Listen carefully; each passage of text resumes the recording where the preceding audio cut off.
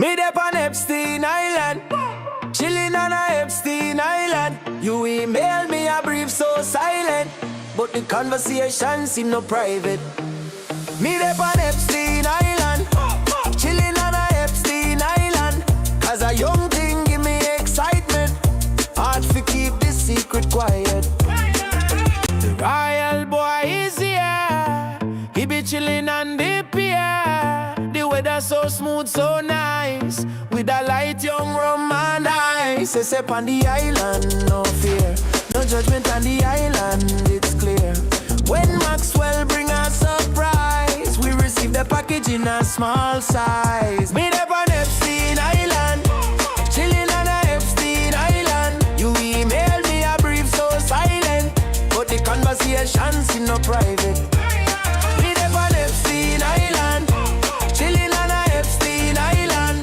Cause a young thing give me excitement, hard to keep this secret quiet. Me see a man in a wheelchair appear, him with a short gal vibing right near. A statesman just come off him flight, with a young thing on him left and right. There's a man a stand up at the gates, him want come in, he can't wait. Him look very smart and wise, foundation boy so nice. Me up on Epstein Island, chilling on a Epstein Island. You email me a brief so silent, but the conversations in no private. Me up on Epstein Island, chilling on a Epstein Island. Cause a young king give me excitement, hard to keep this secret quiet.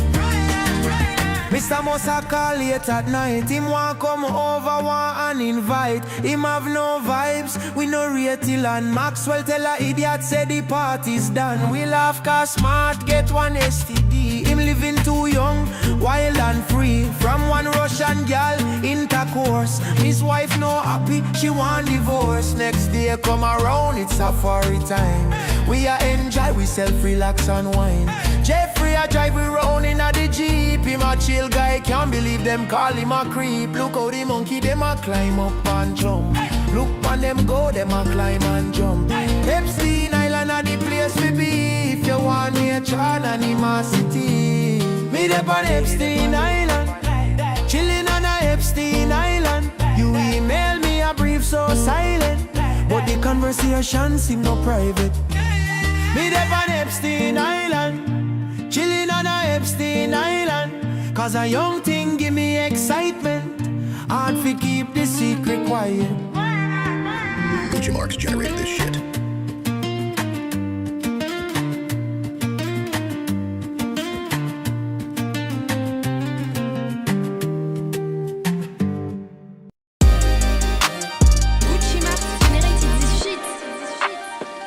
My big beautiful Bill, Bill, Bill. All the things that you can feel.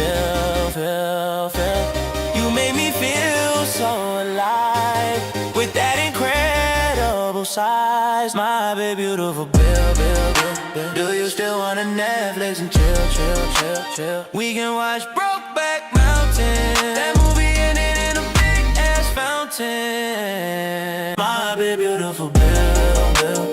Riding up and down that hill. And Hillary don't have to know about us. This some presidential, confidential ass love. My baby, beautiful Bill. This that love that can be killed. I wrote a special act in your name. Passing this eternal back party sun flame.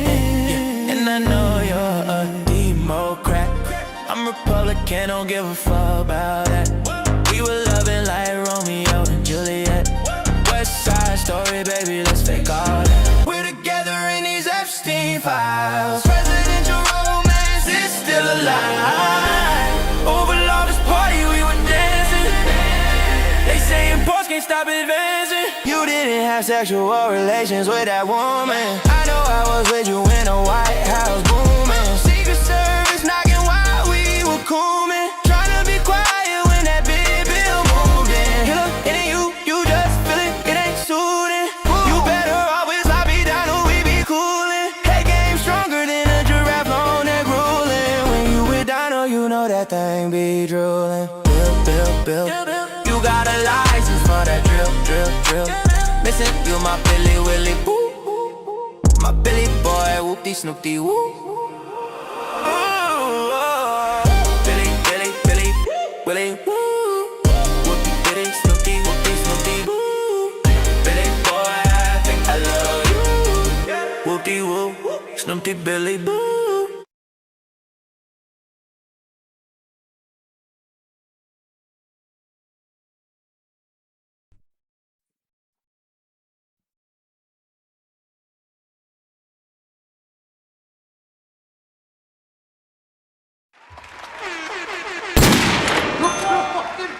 Marco.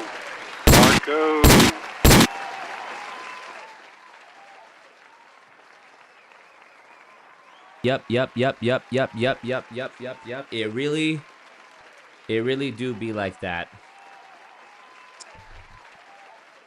It really is, my friends. We're back. We're in it. We're here. Thumbs up the ting. Thumbs up the ting, indeed. Thumbs up the ting, indeed. Well, we're back. You know, it's been a long few days since I last saw y'all, but we are here, and nothing can stop us. So that's good. So we did it, and let me make sure I'm being picked up at a good volume and not too hot. A little bit hot. Just a little bit. There we go. All right, good. Well, welcome everybody. Welcome into the chat. I see all the I see actually 0 members. I see a bunch of mods. I see Alex FPV. Actually, I only see 1 mod. I see 2. Alex FPV and Sam here holding it down. What's going on, everybody? Hope you guys are doing well. And I need to... Well, I don't know why YouTube's default order for the chat is top as opposed to live, because obviously I want to see it in order that the comments came in. I mean, how would it even determine what's the top chat? I could have swore I saw Sam Here's name in here earlier, and now I don't see his message. But anyways, we're here. Thumbs up the ting. Rob, can you ask ChatGPT if Mark was an anti-Semite? Hilarious. And yes, Nikki D. Love, the song is about Bill Clinton, Trump and Billy. You love to see it. So we're here. Thumbs up the ting. Everybody, you know you like to click the thumbs up, right? Okay. What's up? We're here. Look, I don't follow... You know, I had a rule in the very beginning, when I started my Discord and when I was streaming on YouTube. This is back in 2019, and you know, especially after 2020, when the polarization of political ideology was beginning to become the most polarized it's ever been. I would say the peak was probably like 2021, maybe 2020. Probably 2020, where it's like there was no more. There's one meme that sums it up perfectly, and I'm going to show you the meme. I sound like Patrick Bet-David. I'm like, there's a meme, and I'm going to show it to you, and when I show it to you, it's going to blow your mind. Rob, pull up the meme. It was, I'm going to see if I can find it.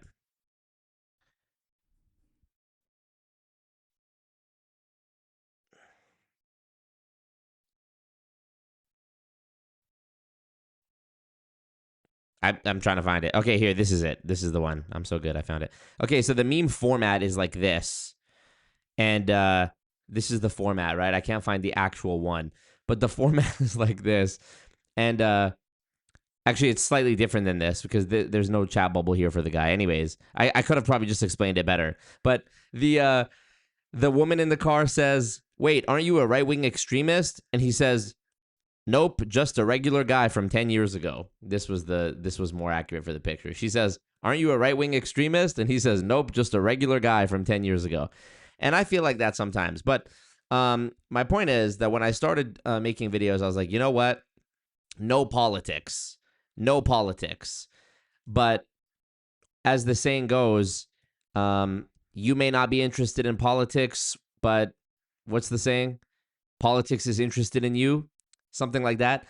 And as I delve deeper into understanding the multi-level marketing scheme rabbit hole and learning about the political collusion, the political, the revolving door of FTC staff, these are supposed to be regulators who are taking scammers to task, taking people who break the law to task, seeing the revolving door of those people who left the FTC to go work as advisors or lawyers for MLM companies, seeing how Gerald Ford was friends with and a recipient of support from the founders of Amway, seeing how Betsy DeVos of the Amway dynasty was Trump's Secretary of Education in his first administration, seeing how Trump himself was a spokesperson for the MLM company ACN for 10 years from 2005 to 2015. He even featured ACN twice on The Celebrity Apprentice. This is a multi-level marketing company I've made videos about before. To see that Mitt Romney in 2012 when he was running against Obama, to learn that Mitt Romney, one of his biggest, I think it might have been his biggest, but don't quote me on that, one of his biggest contributors, donors, was the MLM company New Skin, which is big in Utah, and he's big Mormon, giant family Utah guy.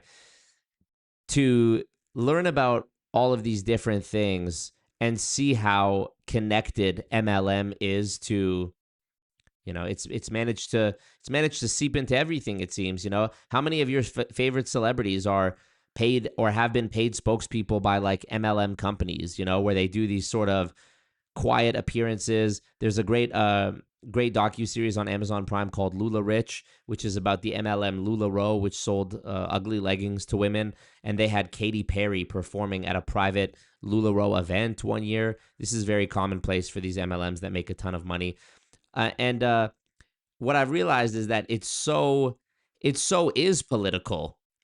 It so is political. Oh, and by the way, it's not just one side of the political aisle. I know that a lot of the people who have made anti-MLM videos in the past, and perhaps some still do today, I don't know, I don't really keep tabs on it like I did 3 years ago, but a lot of the anti-MLM community that I had seen making videos was very obviously like hard left or liberal, and I don't really identify with one side, to be honest. There's some things that the left does that I think are insane, and there's a bunch of stuff the right does that I think are insane, and I just never really felt politically at home anywhere.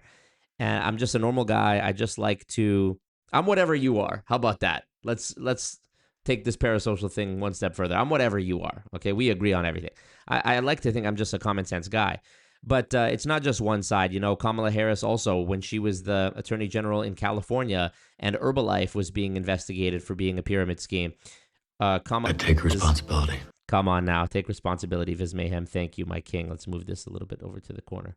Legend. Thank you, Viz Mayhem. Supporting that cult. Greasing the wheels of anti-MLM justice. Anyways, when Kamala Harris was the governor, the attorney general, in California, and she was, the one who could move the needle on whether Herbalife was prosecuted or not, to my understanding, in my opinion, allegedly, she didn't. And one can only speculate. But when you dig into the who and what and this and that, you find out that Kamala Harris's husband, Doug Emhoff, was a lawyer for the law firm Venable, which had Herbalife as one of its clients, according to my research and understanding at the time. So it's not just, the right-wing conservative, it's all-encompassing. Just like, here we go, perfect segue to today's video, I'm the best, just like the Israel lobby is, touches everybody from left to right. It's amazing how we can, both sides of the aisle can disagree on everything from gun control to gay marriage to budget spending, tax spending, military, education. They can disagree on everything and split hairs over everything, but the one thing they both unequivocally agree upon seems to be Israel and also, I would say, MLM. Very few people at a high level, as far as I know, are opposed to MLM. It's just the machine is so big that until we have a level of public outcry and backlash against it that is big enough, it's not going to be stopped, I don't think. So that brings me to a good segue to talk about what we're going to talk about today. I want to first react to this first clip that came out, and I knew I didn't want to do another Patrick Bet-David stream. Honestly, I didn't. because people are already accusing me. Oh, I see on Instagram, because I have a couple clips go viral. They're like, oh, you're obsessed with Patrick Bet-David. Your whole channel is talking about Patrick Bet-David. I've been a full-time YouTuber since 2019. I've heard it all. When I was making videos about the company World Financial Group, they said I was obsessed with World Financial Group and I need to let it go. When I started talking about I Am Academy in 2021, they said I'm obsessed with that. I need to let it go. What was the previous thing?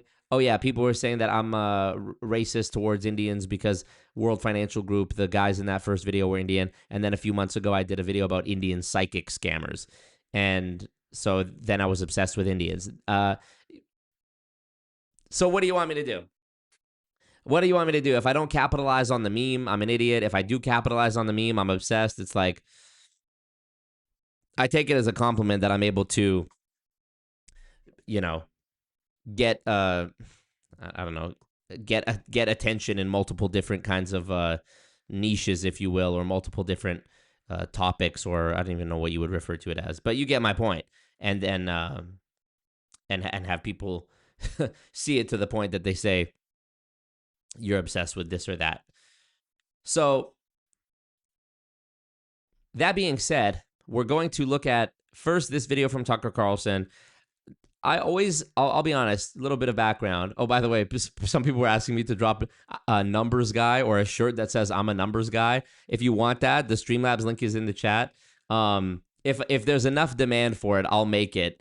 Let me actually put a poll in the chat of here numbers. Rob, pull up Rob, make a poll in the chat. Let's see what the market is saying. Let's see what the market thinks. On Instagram, it was an overwhelming yes.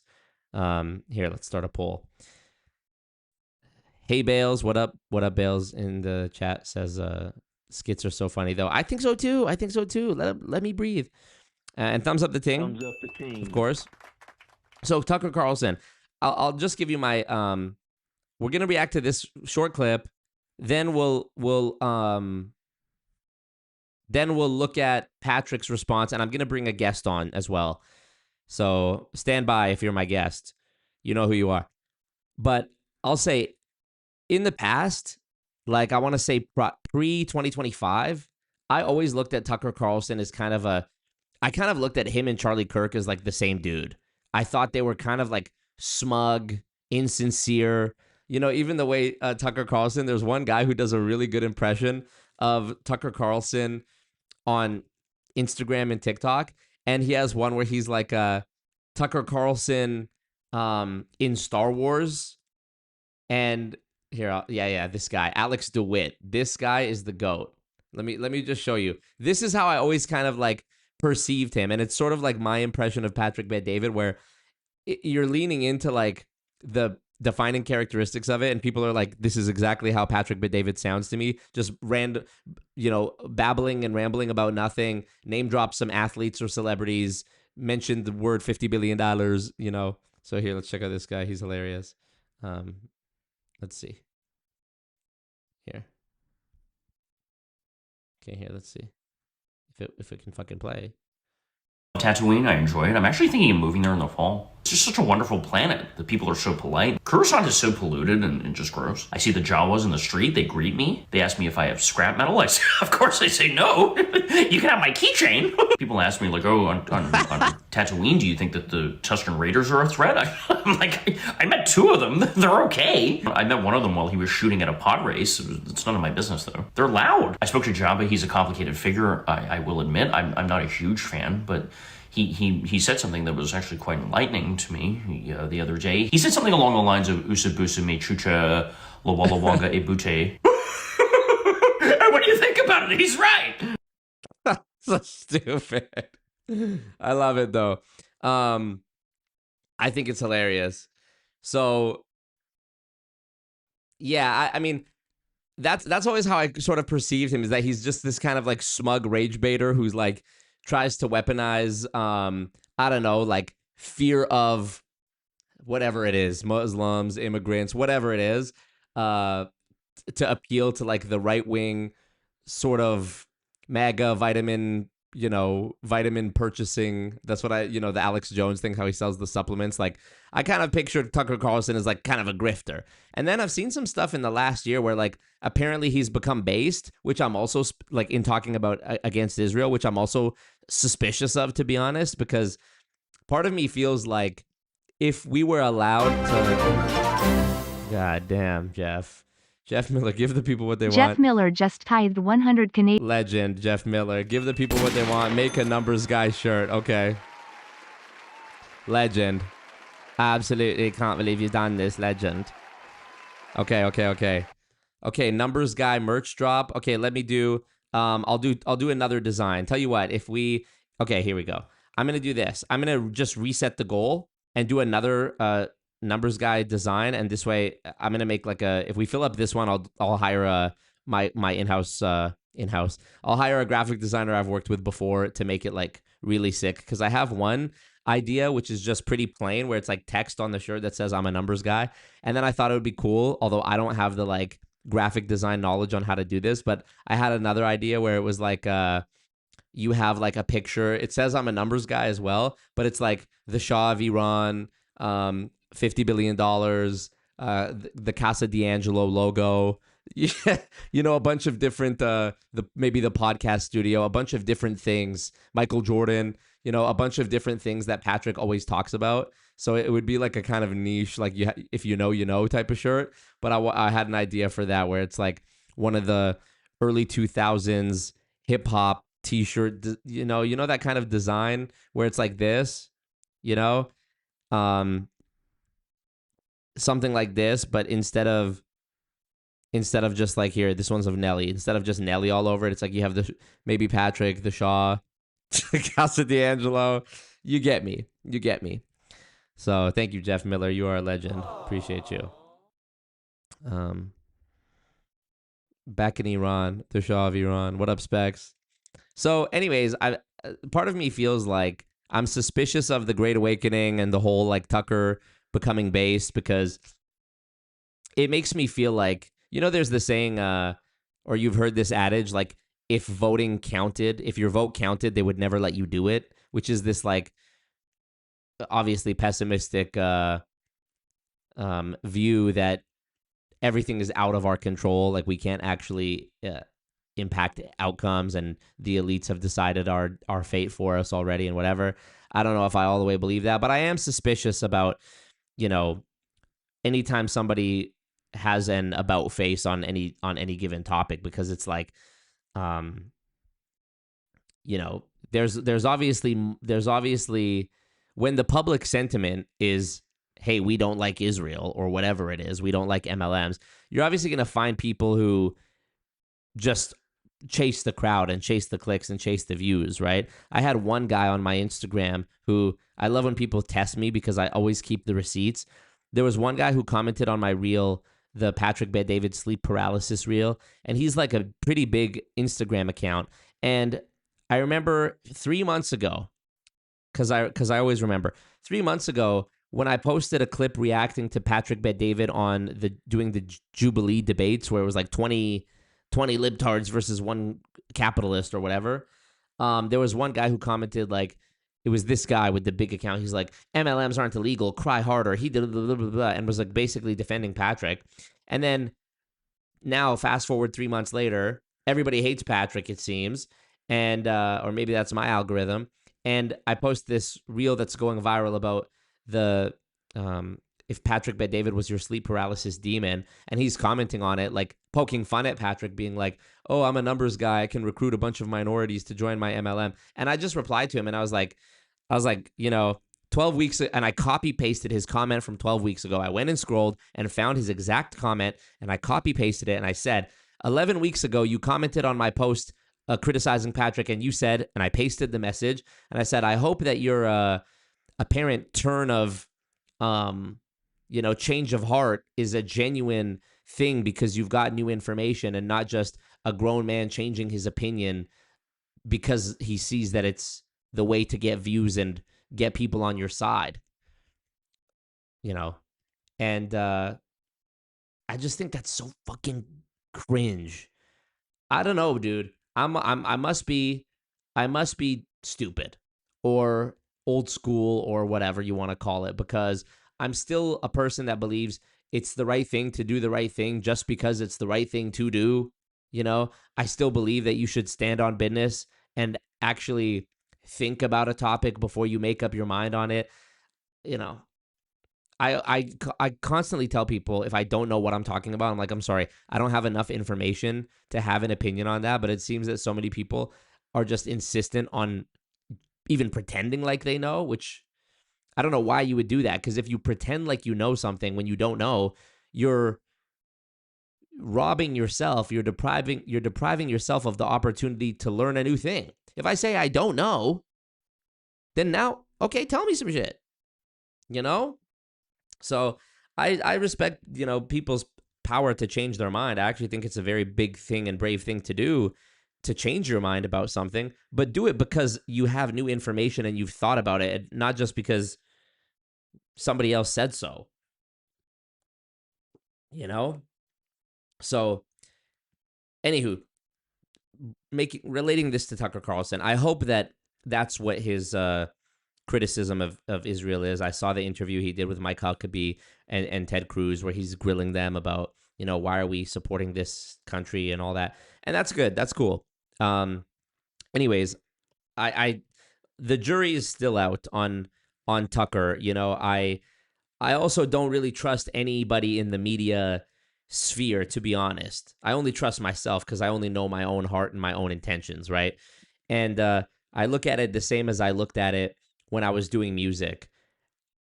Everybody will, oh, bro, you need to come to LA and we're going to link up and we're going to do this. And it's just like mutual ass kissing that I'm not interested in. I'm not interested in the politics of it. And I also feel the same about people in media, be it political media or otherwise. Like, you can't even keep track of it. Andrew Tate and Sneeko and Nick Fuentes are all in the club having fun together, and then a week later, Andrew Tate is on Patrick Bet-David's podcast throwing Sneeko under the bus, and now they're beefing. And then Nick Fuentes and Clavicular and Sneeko are at the club, and now Nick Fuentes and Sneeko are throwing shots back and forth. And it's like, wait, what's happening here? Is this all fake? Are we just pretending to be friends and then beefing just to be fake, or just to like generate new clicks that week? I don't know. And then same thing, like Nick Fuentes and Candace Owens, like he loves me not. They're friends and then they're not. Or Nick Fuentes and Tucker Carlson, they're beefing with each other, but then they bury the hatchet to do an interview, but then they start talking about each other again, if I recall correctly. It's just exhausting. It's just exhausting to figure it out. Yang Chen in the chat asked me, did I really spend the time to look up the guy's comment? Yes, I did spend the time, which was realistically over about 30 seconds to actually go find it, because I did vaguely remember which post it was. And so it wasn't hard for me to find the post. And because he's a big verified account on Instagram, his comment was near the top. I didn't need to actually, as a matter of fact, you can sort comments by verified. So if a verified account commented, so I did that, and it was pretty easy to find. So anyways, I am my opinion of all these people is tentative. It's dubious. It's it's uncertain. If I agree with one thing, please don't take that as a blanket endorsement of the person overall, because I know that people in media, their opinions can change like the tide. So that being said, I want to see what this latest beef is about between these two gents, both of whom, in my opinion, are kind of like part of the same thing. The conservative, I don't know what you want to call it, conservative multiverse. I don't know what you want to call it, dude. I honestly don't. Let me just see a couple of your comments here. Skeptic Panda says, nah, you can have a real impact in politics. I'm sure we don't agree on everything. I lean more conservative, but what we have in common is we want truth. It's just so tense. I've thought about this too. Overall, what I want to talk about on my channel, what I'm interested in, what I find interesting is the art of deception. The act of deception, how institutional systemic deception exists in various different things. Recommending once again the book Doublespeak by William Lutz, and he goes over all how doublespeak and deceptive language is present in politics, in media, in the food industry, and on and on and on. And I find that really interesting. I find the efforts that people go to mislead others really interesting. And so I've thought about what different niches that could apply to. And I've thought there's certainly a niche for talking about religious grifters. And I did a stream sort of testing the waters on that a couple months ago, where I was reacting to various Christian megachurch pastors who do all these antics and live these luxurious lifestyles, because I think they're charlatans. I talk about MLMs and their promoters and CEOs because I think they're charlatans. And in politics, you can certainly expose a lot of charlatanry, but you have to consider, if I'm talking about politics, which people wear on their sleeve, religion, which people wear in their heart and on their sleeve, it's like I'm what's the word? I'm sabotaging the potential amount of people I can reach. It just takes talking about one topic or having one take that a person with a view doesn't agree with to lose that person forever. I had a guy who was a consistent like chatter in my chat, was subscribed to my Patreon, which by the way, I don't have Patreon anymore. So if you want to support, Streamlabs link in the chat. And he was subscribed to my Patreon. He donated. He was a very, very cool guy. I thought he was cool. And then I did one stream where like this is in 2024, I think. I made one comment or gave an opinion about something that was happening.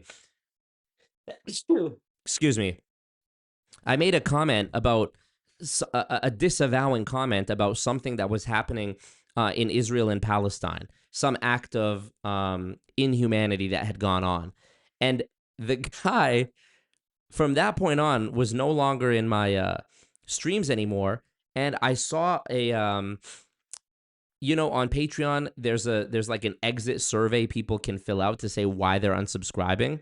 And I saw his exit survey and it said, I won't support an anti-Jewish creator. And this guy was not Jewish. He was one of these like, conservative Christian Americans, like a Zionist Christian. And I was like, damn, bro. So all of the comments that you've left, like supporting my work, exposing scammers, and all of the like, back and forths that we've had, even though it's, not real life, this like parasocial or whatever. It's like, damn, you're really chilling on me for that one comment, eh? So I just don't know if I want to go all the way into like talking about politics, talking about religion, which I think deception is rife in both, And obviously that's not everyone, but I just feel like there's a big contingent of people who are just like, there's no nuance. They could get offended by one thing. It's like, I don't know, would you stop being a fan of a certain comedian? Like, I know I'm not a comedian per se, but it's like, I am a silly goose. I do like to just be a little goofball sometimes and joke around, So, I would just hate to think that I'm going to say like, yeah, I agree with this take from this person. And all of a sudden, and it does happen, but it's like, fuck. I tell myself like, if people do that, they weren't really a supporter or someone you would want around anyways, if they're just going to throw you to the sharks like that. But it does suck though. It does suck when someone who's like an actual supporter of you, it's like, they want you to stay in this little thing. And of course, you guys might recall last summer, there was a guy who literally made videos about me, a former IDF soldier himself, who started making videos. Stupidly, he didn't, what's his name? Ariel something. Stupidly, he didn't have, he had his personal Facebook page linked in his YouTube. And this guy he had actually been on an episode of CoffeeZilla before. He had been in an interview with CoffeeZilla before, and let me actually find it. What was his name? Something Truth. It was called, his channel was called like Unfiltered Truth or something like that, and he was making like AI generated like text to speech videos about me, basically saying that I'm like some sort of that I'm running some sort of like psychological operation to trick people into trusting me by giving them good takes about MLMs, and then sort of tricking them into this limited hangout talking about MLMs, only to then bash the most moral army in the world and talk about Israel. So it was this really weird, very Israeli coded, convoluted way of trying to demonize me just based on nothing, just based on using a bunch of babble and big words. And then I clicked the Facebook link in his bio and I was like, oh, this guy was literally an IDF soldier. Let me see if I can find him. If I can find the stream, or does anybody in the chat remember this guy? You remember that Jay Tran, the AI guy? Let me find it. It was in maybe I'll tell you exactly when it was. September, between July, okay, between June and September. So I'll tell you what. If I go back to, sorry, bear with me. I'm actually going to find this really quick. Here it is, September. Okay, boom. So this is the one. This is the one. I think I did. Okay, here's what happened. The reason that guy did it is not because I made a passing comment. That was the guy who supported me on Patreon, unfollowed me on Patreon because I made a passing comment. August 2025, I did a live stream, which I then later cut into a video, which is still on my channel, about Patrick Bet-David and Benjamin Netanyahu's podcast that they did together. And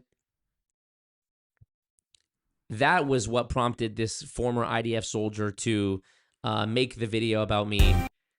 And it wasn't just one. It was like multiple.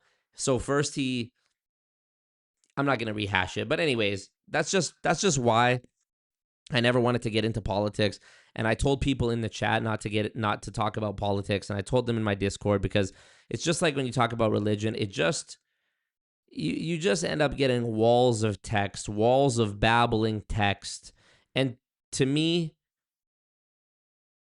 revolutionary thinking, that was his name. Revolutionary thinking. I'm going to find it. This guy had done a video with CoffeeZilla talking about how much he hates scammers and how he had been scammed in the past. And but upon further digging, you realize that, well, he can totally understand the scammers and be aligned with you that morally scamming is wrong. And then as soon as you say something about Netanyahu, see, he still has these videos up.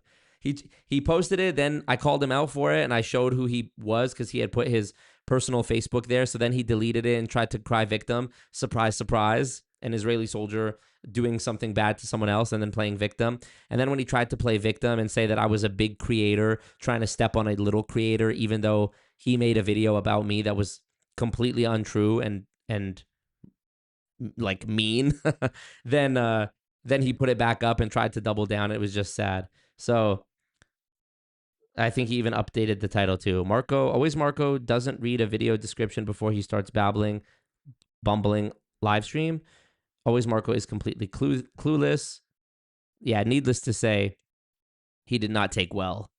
Always Marco. Oh, damn, he's still going. Always Marco, the peanut brain. Always Marco finally saves Gaza. It's all AI slop. Like, I haven't even seen this one. All right, so today we're going to deconstruct a short satirical cartoon that gets at a really big question. In an age of endless information, what happens when a mind decides it only wants to hear what it already believes? Let's dive in. Pretty much defined by one very specific, very satirical feature, his huge peanut-shaped head. Now the cartoon... I mean, this is the level of intellect we're dealing with. There's no... and on the other side, there's no, like, facts to draw upon. Super easy, frictionless action, just clicking a heart on a simple comment. The cartoon is framing this as a very clear choice between depth and the shallow validation you get. And on the other side, visual metaphor totally escalates. These people are literally insane. I mean, or heavy the fact is. If you know anything, if you have not been living under a rock these last 3 years, and you know anything about what Israel has been doing for decades, and the way that they, there's a saying that applies to them, they strike out in pain. No, sorry. They cry out in pain as they strike you. That's the saying. Basically, committing the act, accusing their victim of what they themselves are doing. They cry out in pain as they strike you. they do something rude to you and then say, how could you? How could you do this to me? How could you, you know what I mean? So go figure and you know what's crazy is if you watch his interview on CoffeeZilla, he seems like a totally reasonable, level-headed guy, but then it's like you press the Israel button in their mind and that sleeper cell agent brainwashing that they've had since childhood gets activated, and boom, you know, which is why if you talk about it, you're going to get people who will literally go to extreme lengths. I mean, I wouldn't consider that extreme lengths. He's making slop AI YouTube videos that no one's watching, but they do go to extreme lengths. Likewise, you talk about somebody's religion. Oh my God. Or you talk about somebody's MLM, which is, in my opinion, tantamount to talking about someone's religion, the way they believe in it so much. You're going to get walls of text. You're going to get people harassing you, people threatening you with lawsuits, actual lawsuits, like I'm dealing with right now. Streamlabs link in the chat for my lawyer. Yeah, you're somebody's political party, which is also in 2026 might as well be talking about somebody's religion, because it's just that insane. Jeff Miller says Marco is a D1 hater, and I love it. Thank you.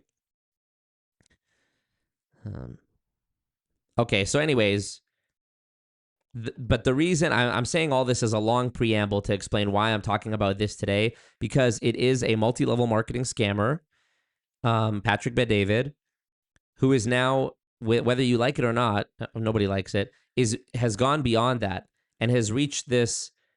He's reached this status as being just like a business guy. I'm a business guy, and a political pundit, a political talking head. And yeah, he's obviously made an effort, a very strong effort to do that and make this pivot and be perceived as something other than just an MLM guy, or when he likes to say, I'm a business guy, or sometimes he likes to be an insurance guy or a consulting guy. You know, he's just a chameleon. He's a wolf in sheep's clothing, in my opinion. And he's become so ingrained in the conversation that now we have a sort of Oreo sandwich of topics here, where we're talking about an MLM scammer discussing politics and religion at the same time. Obviously, the country, the state of Israel is, you can't separate discussions of that state from the religion, because their whole belief about why they're settling that land, why they believe it's theirs, is rooted in their religion, obviously. So that's a 2-in-1 already. And now on top of it, we have the conservative American pundit sphere talking about it, which is like another layer of, oh, I don't want to talk about this because it's politics.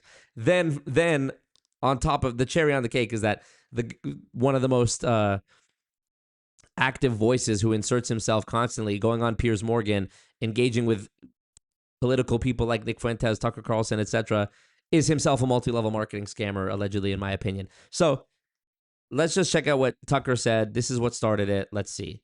For me and why, and they know this very well.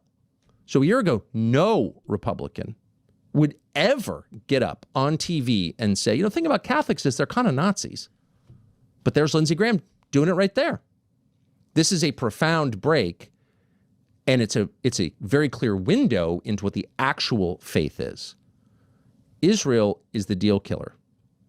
Anyone who doesn't support the military aims of the modern Israeli government cannot be part of the MAGA coalition, and, Lindsey Graham has just told us, can't be a Christian. It's amazing. But it's not just Lindsey Graham. This is everywhere today, in case you haven't seen it. Here's Patrick Bet-David on his podcast a day or two ago. Watch this. I don't know why Catholics, have this issue with Jews. I don't know what it is. I mean, can I just pause right there? This would be a great clip to take him saying, I don't know why Catholics have this issue with Jews, clip that, and then just simply read a quote from the Talmud or the Torah where they talk about, I don't know, Jesus, where they talk about, I don't know, his mom, where they talk about, I don't know, Jesus in the afterlife, what he's doing, where he is. I wonder. Let's Let's check it out. I don't know why Catholics, have this issue with Jews. I don't know what it is. They have this, I don't, listen, I get the Jews have issues with Christians and they'll make fun and they'll say stuff like, oh, your Jesus is going to do, they'll say, well, he was a Jew anyways, right? Yeah. But then Catholics have that issue with Jews. And they act like, they're all innocent and everything. And when you look at Catholics, the amount of centralized power they have. Centralized. If you know what the total Catholic population is worldwide? It's like 1.213 billion. Jews are 15 million. 15 million. But Jews are decentralized, meaning Jews don't have somebody they listen to that says, hey, you better do this.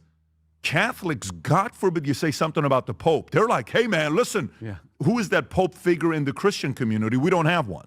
No. If I ask you right now who's the Pope in the Christian community, you don't have somebody to look at. Who is a witch pastor? Yeah, exactly. No, they don't. We don't have one. It's an independent network. It's just the Bible. So if you It's not look at interpreted. only Catholics and Muslims have somebody that they look at as their supreme leader, like, you got to go to somebody. But even more, it's Catholic. Well, there's Not only even- two theocracies in the world: Catholicism. And Islam.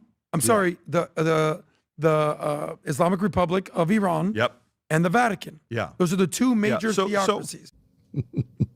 So actually, the Vatican is very much like the Nazi Iranian government, the theocratic government, the mullahs. It's all basically the same. They've got the complicated dress. They hate the Jews, as Patrick Bet-David just said. There's What a stupid fucking thing to say. Yeah, because it's Christians that are spitting on the ground when they see Jews practicing their faith in the Holy Land, right? Not the other way around. It's Christians who purport this idea of Judeo-Christian values, but then when you dig deeper into their religious texts, into the Bible, you see that they're saying awful things about Jewish people and rabbis and messiahs, not the other way around, right? Cut this guy his $7K check. Now. Catholics have a problem with the Jews. A problem with the Jews. It's slander. It's an attack on the world's largest and oldest Christian denomination, and it's taking place openly. I agree, Tucker. And not only is it slander, it is... it's not only slanderous, it's an inversion of reality. It's doublespeak. The opposite is true. The opposite of what he's claiming is true. You know, I have to give Donald Trump, unironically, credit for one thing. In my 2024 speech at the MLM Consumer Awareness Conference that's put on by, it's sponsored by the College of New Jersey and put on by Professor Bill Keep. You guys know this is not a pro-MLM conference. They call it MLM Conference, a Consumer Protection Challenge. But it's essentially, effectively, ostensibly, an anti-MLM conference. And during my speech, I give a very simple example of doublespeak to set the groundwork for what it is I'm going to be talking about and how MLM utilizes it. And so the example I give is that how in the United States, the Department of Defense used to be called the Department of War for a long time. Fast forward a year later, and Trump actually did rename it back to its original name, the Department of War, which, to his credit, is an undoing of doublespeak. It's actually an honest, classification of what it is. They wage war. That, you know, it's without question. They wage war. Whereas when you had it called the Department of Defense for so long, it gives the impression that you are the victim. You know, that you were on the back foot because you're never waging war. You're just defending. You know, so credit to Trump in that example. But here we go with an example of doublespeak here, where Patrick Bet-David talks about, I don't know why there's so much animosity from Christians towards Jews.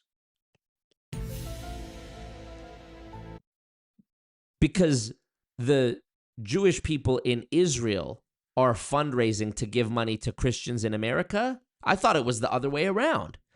Are Israelis pooling together their tax dollars to give money to America? I thought it was the other way around. It's a complete inversion of reality.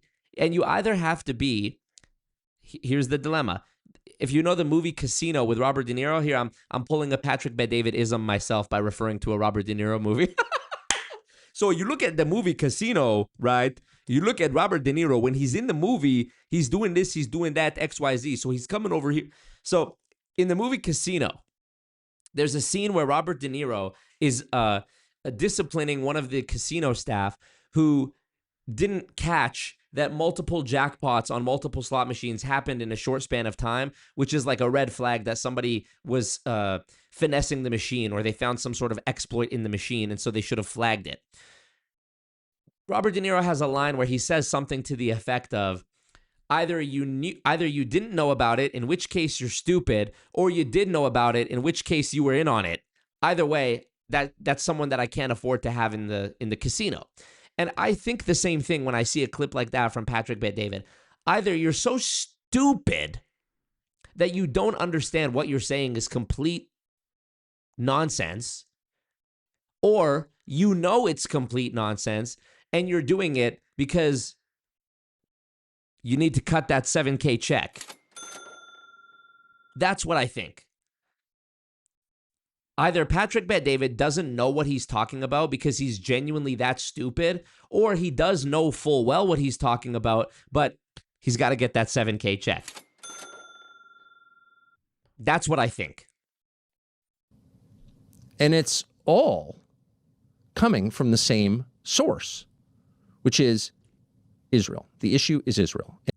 The issue is Israel. Anyone who supports the Netanyahu government, not Israel as a concept, not all Jews, no, the Netanyahu government, anyone who ratifies every decision, no matter how violent or grotesque or genocidal of the Netanyahu government, those are the good people, and anyone who doesn't is a Nazi, and by the way, their religion itself is a Nazi religion. Let's go. So, baby, how good was that? Hey, Marco, don't do this. The money? Work. We gave him the money, boom, board Black Sheep, gifting memberships to Denardo Lee Gaston, Blacklight Revelations, Simply Maple, Tung Tung Tung Sahur, Tufen Megar, Seduction, Wagwan.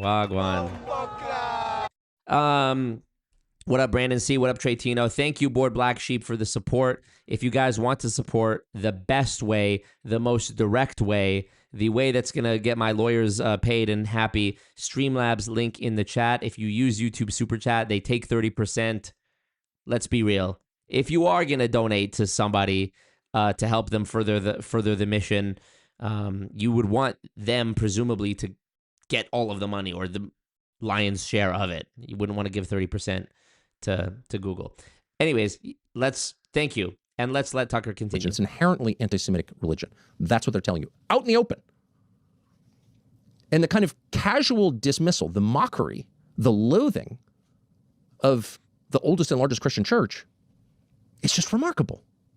Now, again, Trump is someone who, has a lot of problems showing respect to other powerful figures. And it's not just Trump. Bombaklat. Thank you, King. Thank you. Bamba Pussy Ross Blood Clot. Tradino just dropped a bag $20 Canadian. Add seconds to comply. Wagwan. Where's the Wagwan? Wagwan Tretino, thank you so much. Tretino giving me gifts on his birthday. Early birthday shout out to Tretino. Wagwan. And Ed seconds to comply. Welcome to Regional Director. Congratulations and thank you. Marco, buy me a coffee or something else. Streamlabs does not take my third world credit card. Well, I had more options to support me in the past. I had more different platforms and stuff, but unfortunately, some of you guys know this, and I haven't gone into great detail, but I probably will be forced to soon because the financial situation is so dire. But yeah, through the legal process, through some of my lawsuits, I've lost some of my abilities to make money. And it really is that deep. So you know, just letting you know what is still how you can still support me if that's what you want to do. Yeah, time to recruit 5 people. Parsa, what up? I have PayPal. Surely PayPal works in your with your third world credit card. Most men like Trump. Also, thumbs up the ting if you want to just. Thumbs up the team. It's yeah, you're broke. What up, Shoe Murphy? It's free to click like on the stream, and it helps people get notified that I'm live. Helps subscribers get notified. Helps the live stream get pushed out there. So yeah, Are that way. They get along well with women because they're not threatened by women. Woman's probably not trying to like kill you and become king. They're kind of loyal, but other men, every other man to a certain male personality type is a potential threat. That's why kings kill their sons. Every man is a potential threat. And so Trump is not, on a gut level, instinctively respectful of anything or anybody. And that's one of okay, we don't need to continue on there. So Tucker gives, in my opinion, a fair criticism of Patrick. Patrick, everybody go ahead, go to the bathroom, go pee, readjust how you're sitting on the couch or in your bed, get comfortable. I'm not going to interrupt it.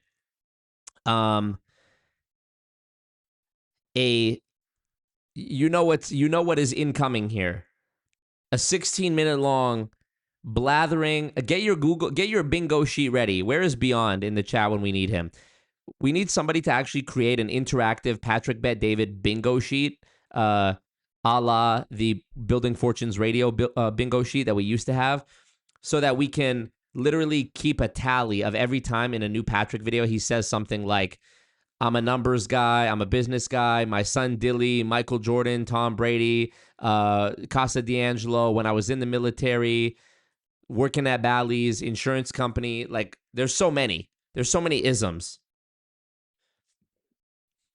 Yang Chen, I can talk about some of the lawsuits, one of the lawsuits, but I'm just, I'm gonna do it. When I do it, it's gonna be the right way under the advision of my lawyer, under the advice of my lawyer, and I have to be tactful about that. But being so for real, I need the support, and I appreciate the support more than you know, and yeah, it's I am feeling the consequences, let's say, of what happens to somebody when they try to speak out against the machine. And the machine will, if the machine wants to try to crush you, they will crush you. And I'm being crushed as we speak, and I'm trying to just survive through it and find a brighter light on the other side of it, I guess. It's systems can be weaponized against you that you just simply cannot compete. The legal system, it's not designed for people who are principled and without millions of dollars. It's just simply not. You can, unfortunately, weaponize having more poker chips to just simply drag it and try to destroy somebody. So, I'm trying. I'm not giving up. I'm trying to fight and continue. And yeah. Anyways, so Patrick Bet David incoming, 16-minute and 20-second Patrick Bet David response. Can't wait to see what he's gonna say in this. I'm gonna let it run, and then I'm gonna bring on our guest. I know I told him, fuck, oh, wow, damn, I'm an asshole. I told him it was going to be not that long, and then it ended up being longer than I expected. Let me check. But I'll play this, and then we'll bring him on. Here's Patrick Bet David on his podcast a day or two ago. Watch this. I don't know why Catholics, have this issue with Jews. I don't know what it is. They have this. I don't listen. I get the Jews have issues with Christians, and they'll make fun, and they'll say stuff like, "Oh, your Jesus is gonna do." They'll say, "Well, he was a Jew anyways, right?" Yeah.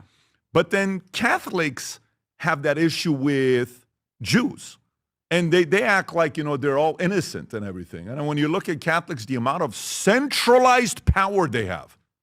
Centralized. If you know what the total Catholic population is worldwide? It's like 1.213 billion. Jews are 15.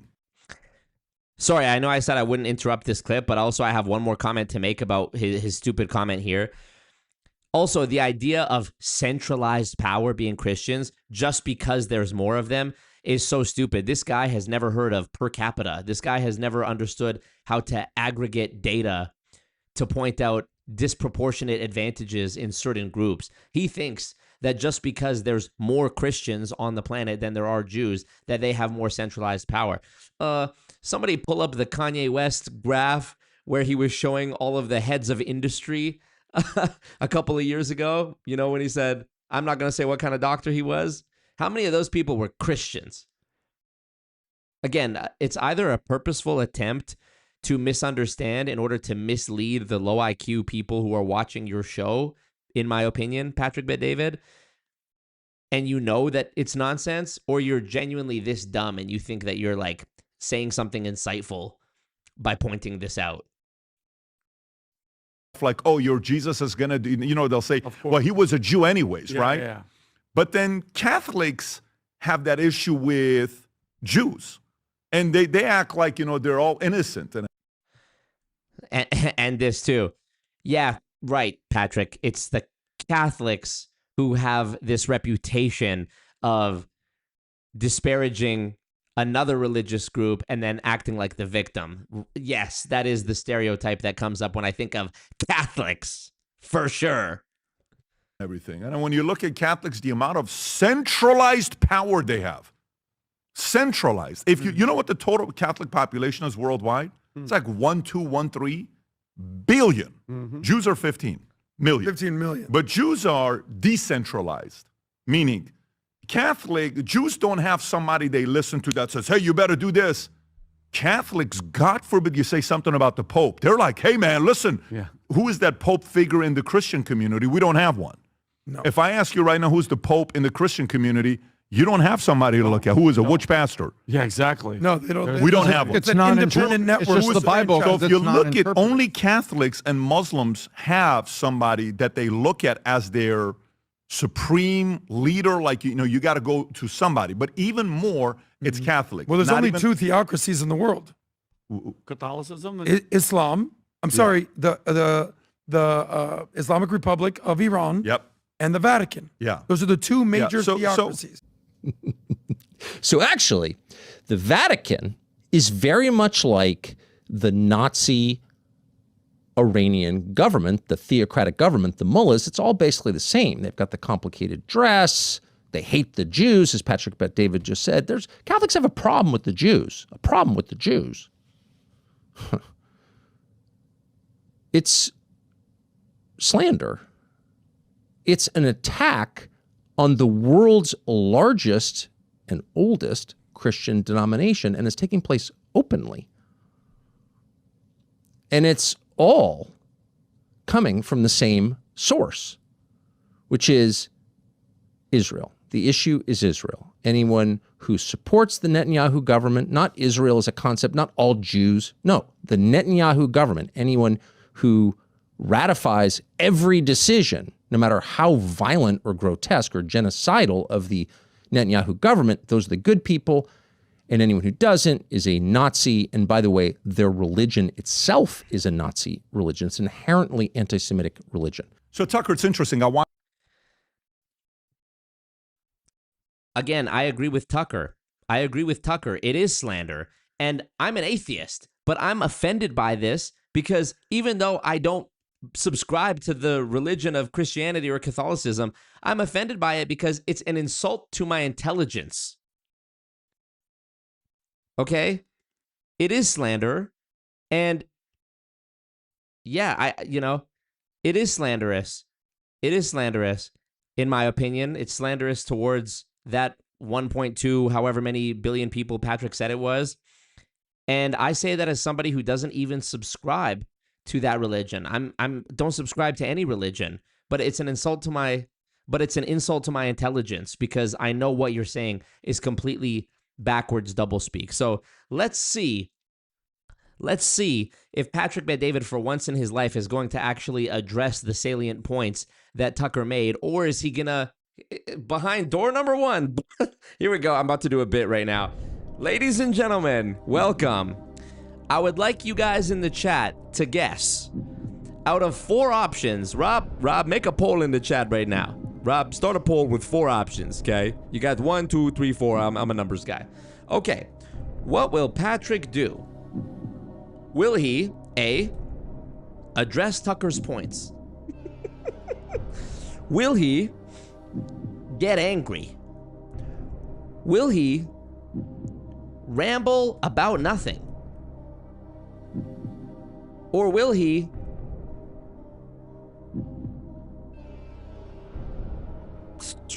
okay, let's just put 3 options. Fuck it, 3 options.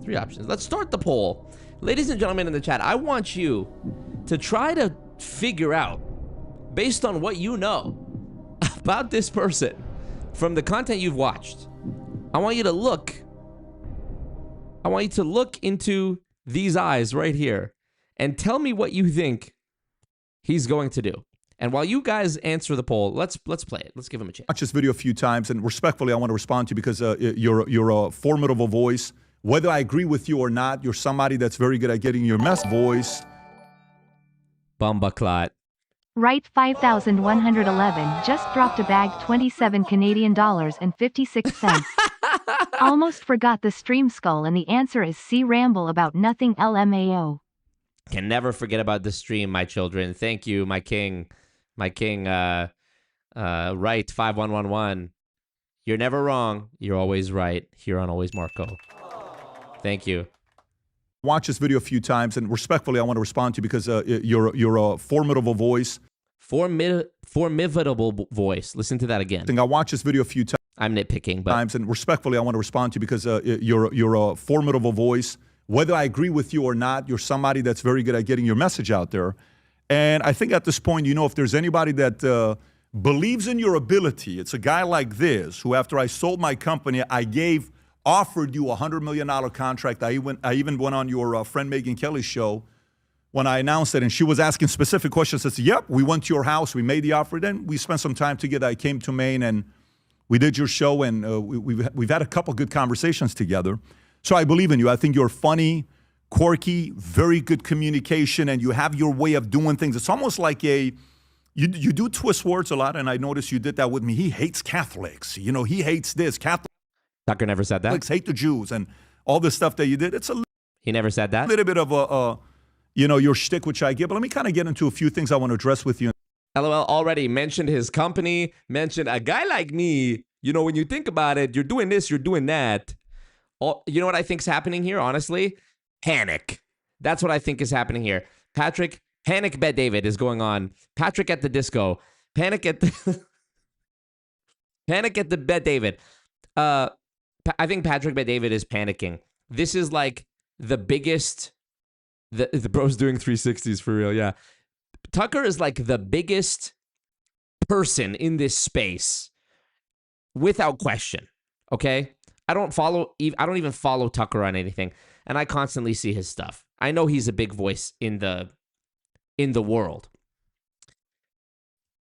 Patrick is probably, this is my guess, allegedly in my opinion, Patrick is panicking here that Tucker might actually become like a foe to him. He does not want that.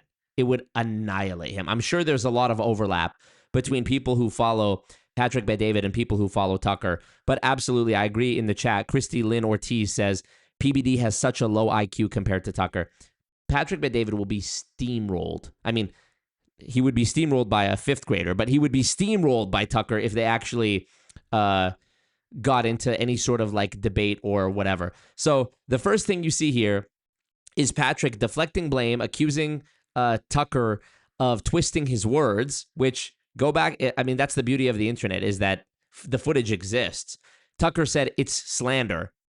Tucker didn't say, oh, they hate. He didn't say what you're saying now, he said. He's not taking accountability by trying to play the victim and say Tucker's twisting words. He's capitulating and trying to kiss Tucker's ass by saying how much of a good communicator he is and whatever. And he's also almost trying to pull this big bro, little bro type power dynamic card by saying, "Oh, I offered you $100 million, $50 million." He's trying to say, I offered you $100 million. Keep that in your mind for later in this video when Patrick says, "I'm not a media guy," offering another media guy $100 million to become a media guy under your media conglomerate, but I'm not a media guy. In this video, maybe you're not aware of it. A few things you need to know about me. My number one priority is to make sure America stays as the greatest country in the world. Period. Full stop.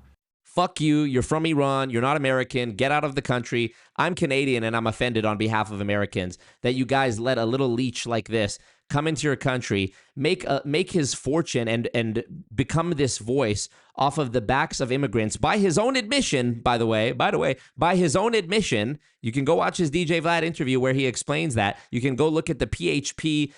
They have a thing on their website, PHP Agency, about the diversity metrics that they hit. Most people in the company lose money according to their own income disclosure. That's not my opinion. That is a fact. You can go look at it. That's if we're taking their income disclosure statement to be true. If you decode it a little bit further and read through some of the obfuscation, which I have in my videos before, one of my most viewed videos, exposing Patrick Bet-David's pyramid scheme, over 500,000 views. I break down the income disclosure and explain why even though the numbers that already look bad are actually way worse when you decode them further.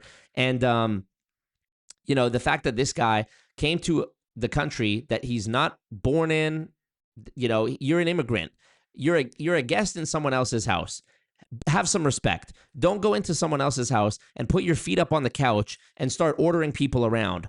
And, I had that mindset growing up in Canada, even as someone who was born here, because I could tell when I looked around and most of my classmates were white Canadians, and I knew that my relatives, my Lebanese relatives, came here and had to learn to assimilate and speak English and get rid of their accent and actually become Canadian, I could still tell. I was in grade 1 when 9/11 happened. Me talking about being in grade 1 when 9/11 happened is it was the equivalent of Patrick Bet-David talking about going to the German refugee camp when he was 11 or whatever. But I was in grade 1 when 9/11 happened. I know what it felt like to have an eyebrow raised at you just because of what you looked like. And I felt an extra pressure to act right, to speak properly, to dispel any negative stereotypes people might hold about me just based on how I look. And this guy, in my opinion, is the opposite of that. This guy is like one of these oily mall rug salesmen or, used car salesmen who's just trying to get one over on these white people because they have money. And not even just these white people. Let me correct that. On people that he perceived as more vulnerable. He talks about using young Latina girls in the DJ Vlad interview to build his insurance company, which as we've established, was a multi-level marketing company where most people lost money by virtue of its design. It's designed to make people lose money. So you made your wealth coming to another country and then taking advantage of the people that were in that country, in my opinion. And now you want to sit here talking about, my number one priority is America first. Fuck you. Get out of the country. I'm offended on behalf of the Western civilization. That there's scumbags like you in this country, or in any country, that people like you with your temperament would go to another country and proclaim to be the number one, claim that it's your number one priority, that you defend, that country is like the thing you hold most dear, American dream, blah, blah, blah. And you're just,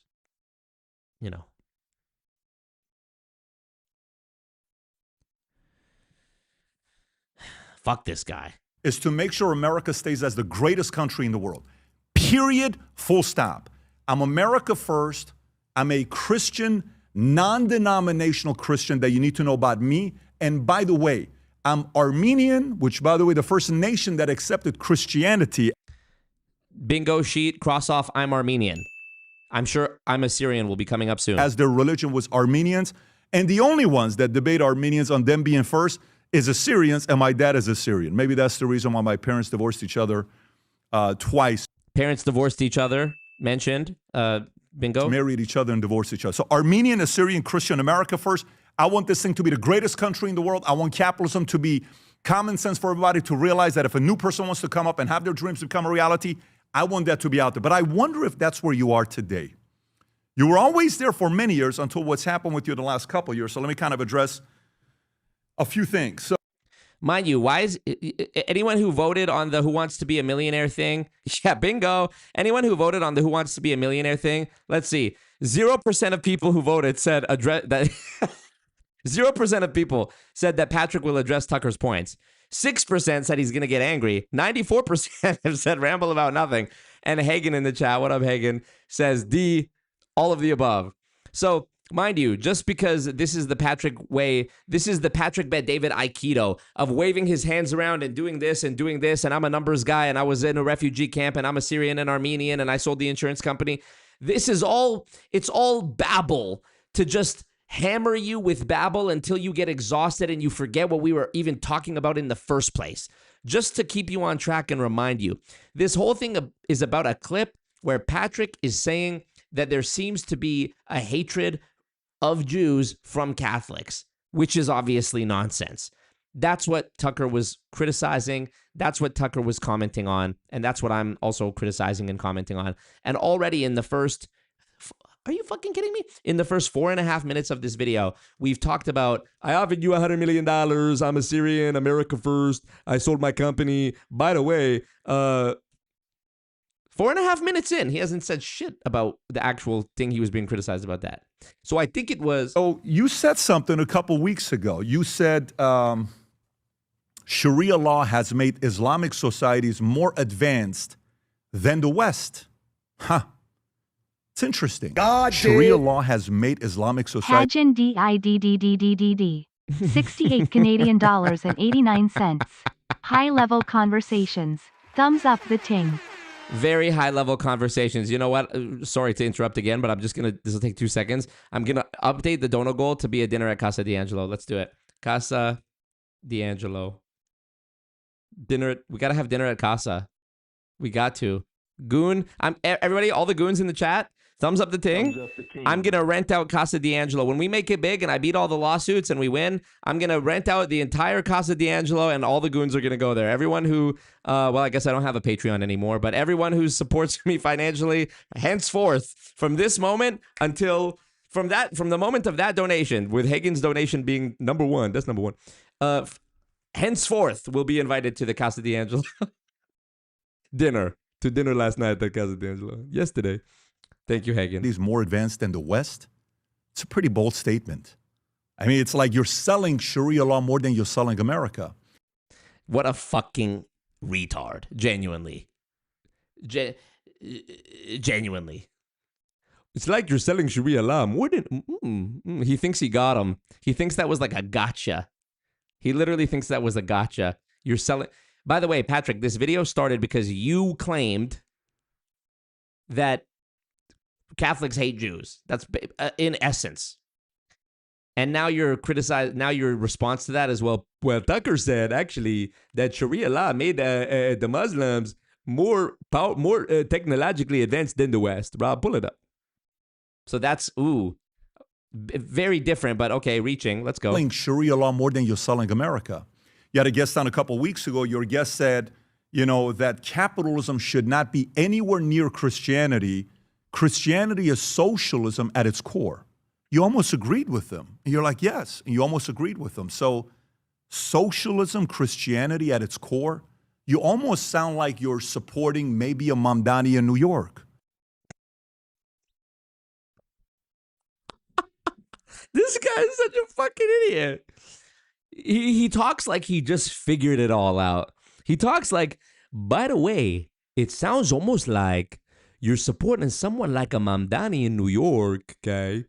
That you think that Christianity is like socialism. I'm a capitalist.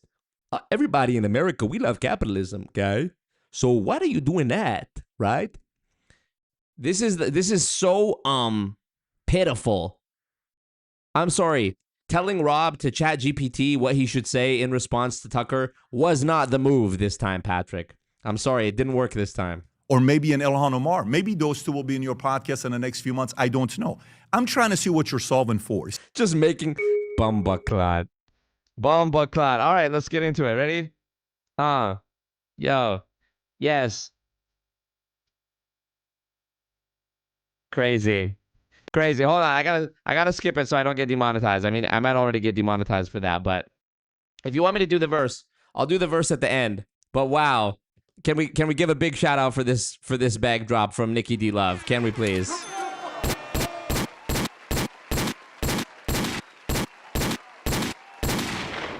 Wow. Thank you, Nikki D Love. You are a legend. We love it.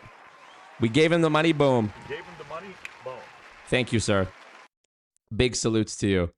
Okay. So he's talking like he just got one over on Tucker. Let's continue. See, this is kind of where I'm at with my life that most people don't know about, but let me kind of share it with you. Also, well, maybe we'll see Mamdani or Ilhan Omar on your podcast soon. We don't know. It's like, you literally just made something up and then said it for no reason. For 7.5 years, I worked with Mormons. Guess what? I read everything I could on Mormons, and I realized it's not a denomination for me. I'm not interested. I watch all the videos you're not supposed to watch. Ask me how many bad experiences I had with Mormons. 0. They're phenomenal people. I work with Seventh-day Adventists, and I learned that on Saturdays, there's Saturday, Sunday, all these different things. Very interesting. Guy named Juan Rivas, big community. Not for me, but guess what? I got along with them. Jews. I notice Jews, when I do business with them, it's very interesting if you negotiate with them. They're going to be very, very making sure they get all the benefits on their side. But ask me how many times I've had issues with Jews. Never. Okay, if you ask me about Catholics, I built an insurance company with 60,000 insurance agents, 54% Hispanic. And what do you think most Hispanics are? Catholics. Never had one issue with a... Listen to it. Listen to the admission again. Catholics. I built an insurance company with 60,000 insurance agents, 54% Hispanic. And what do you think most Hispanics are? 54% Hispanic. Okay, pulling it up. Real-time fact-checking. Here it is. phpagency.com. Income disclosure 2022. This is the most recent one I could find. Let's look at it. 44% of paid agents. This is important to know. Let's look at this last row here. 40% of the percent of paid agents, meaning this doesn't include the people who made nothing. This doesn't include the people who made nothing, which is a substantial amount. Of the people who made anything, nearly half, 44%, made only an average of $388 for the entire year. Consider that this average is actually inflated by the people who made a lot of money. The very few people who made a lot of money would bring this average up.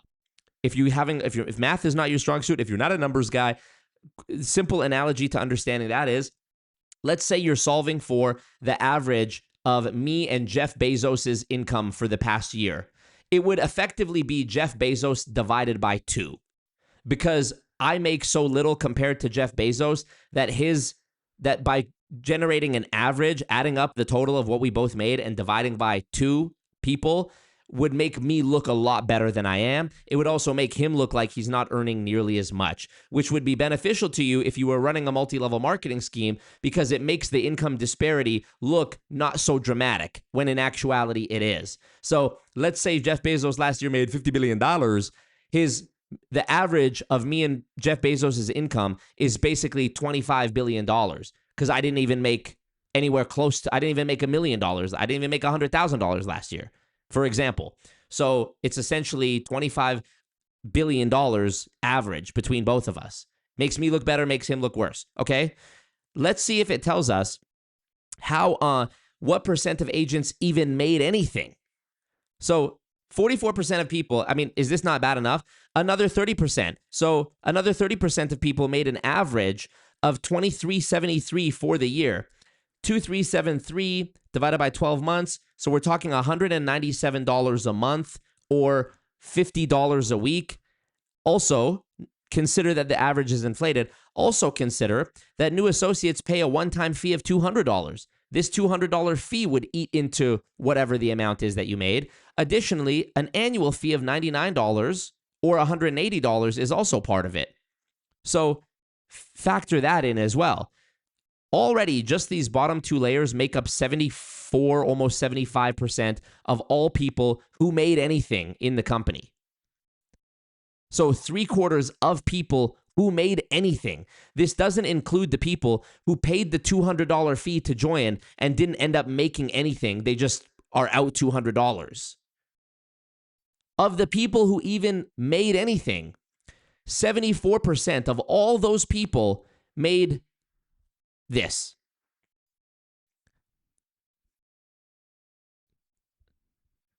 %. Okay, let's move it up. Add up the next 8%. Now we're into the 80 something percent, 84% total people in the company. Okay, this group made an average of $6,911 for the year. That can't be bad, right? We're talking $575 a month or $143 a week. Okay. And think about how many hours you'd have to be putting in to do this. You've already made it like up a couple of steps up the ladder if you're in this rank right here.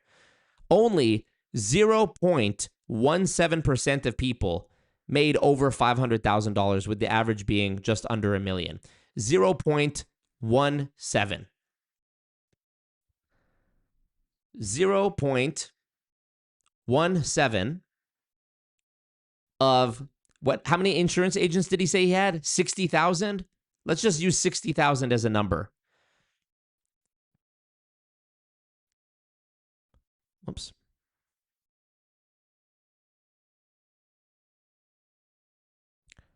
It doesn't understand my question. What is 0.17% of 60,000? I forgot to put the percent. 102 people. 102 people. So if there truly is 60,000 people in the company, which, mind you, if there was, not all 60,000 made anything. So it doesn't tell us here how many people didn't make anything. Life insurance agents. I'm reading it like Patrick. I'm like, it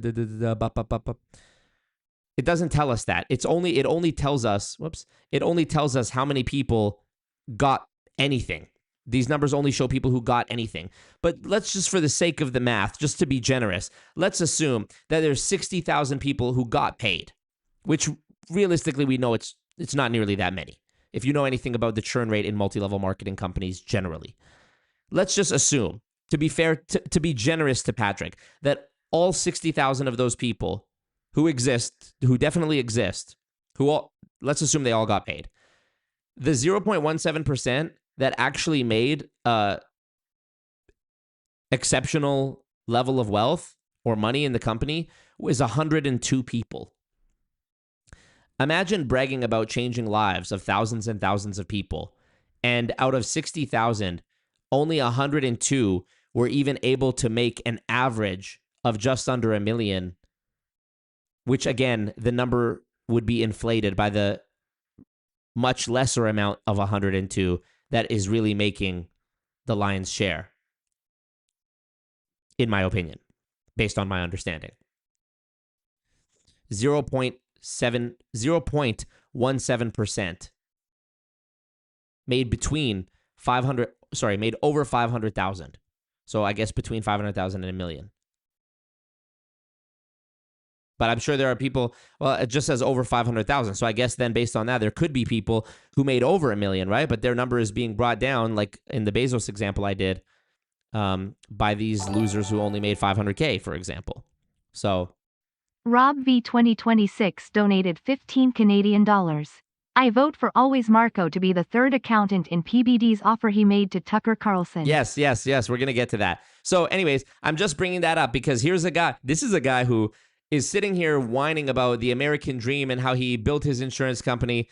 I just want you to realize that this whole thing is a farce, in my opinion. Insurance company with 60,000 insurance agents, 54% Hispanic. And what do you think most Hispanics are? Catholics. Never had one issue with a single Catholic in my life. So even him bringing up the fact that the majority of the people in his insurance company were Catholic based on the fact that they were Hispanic, he's trying to bring this up as like a shield for the accusation that he's slandering, as Tucker said, Catholics or Christians, whatever. Even you can even realize that even him bringing this up, this, oh, well, I had an insurance company with 60,000 people, most of them were Hispanic, so is disingenuous in my opinion. He's bringing, do you get what I'm trying to say? He's bringing up this point as a way of defending himself from the accusation that he's somehow anti-Catholic or anti-Christian, but even his own defense that he brings up can be decoded and deconstructed to show him as somebody who's actually not, he wasn't helping those Hispanic people. He wasn't helping those Catholic or Christian Hispanic people, in my opinion. Let me just show you one more thing. Patrick Bet-David, what do you think of DEI?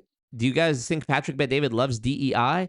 Here's his company, PHP Agency. PHP publishes 2021 DEI Transparency Report.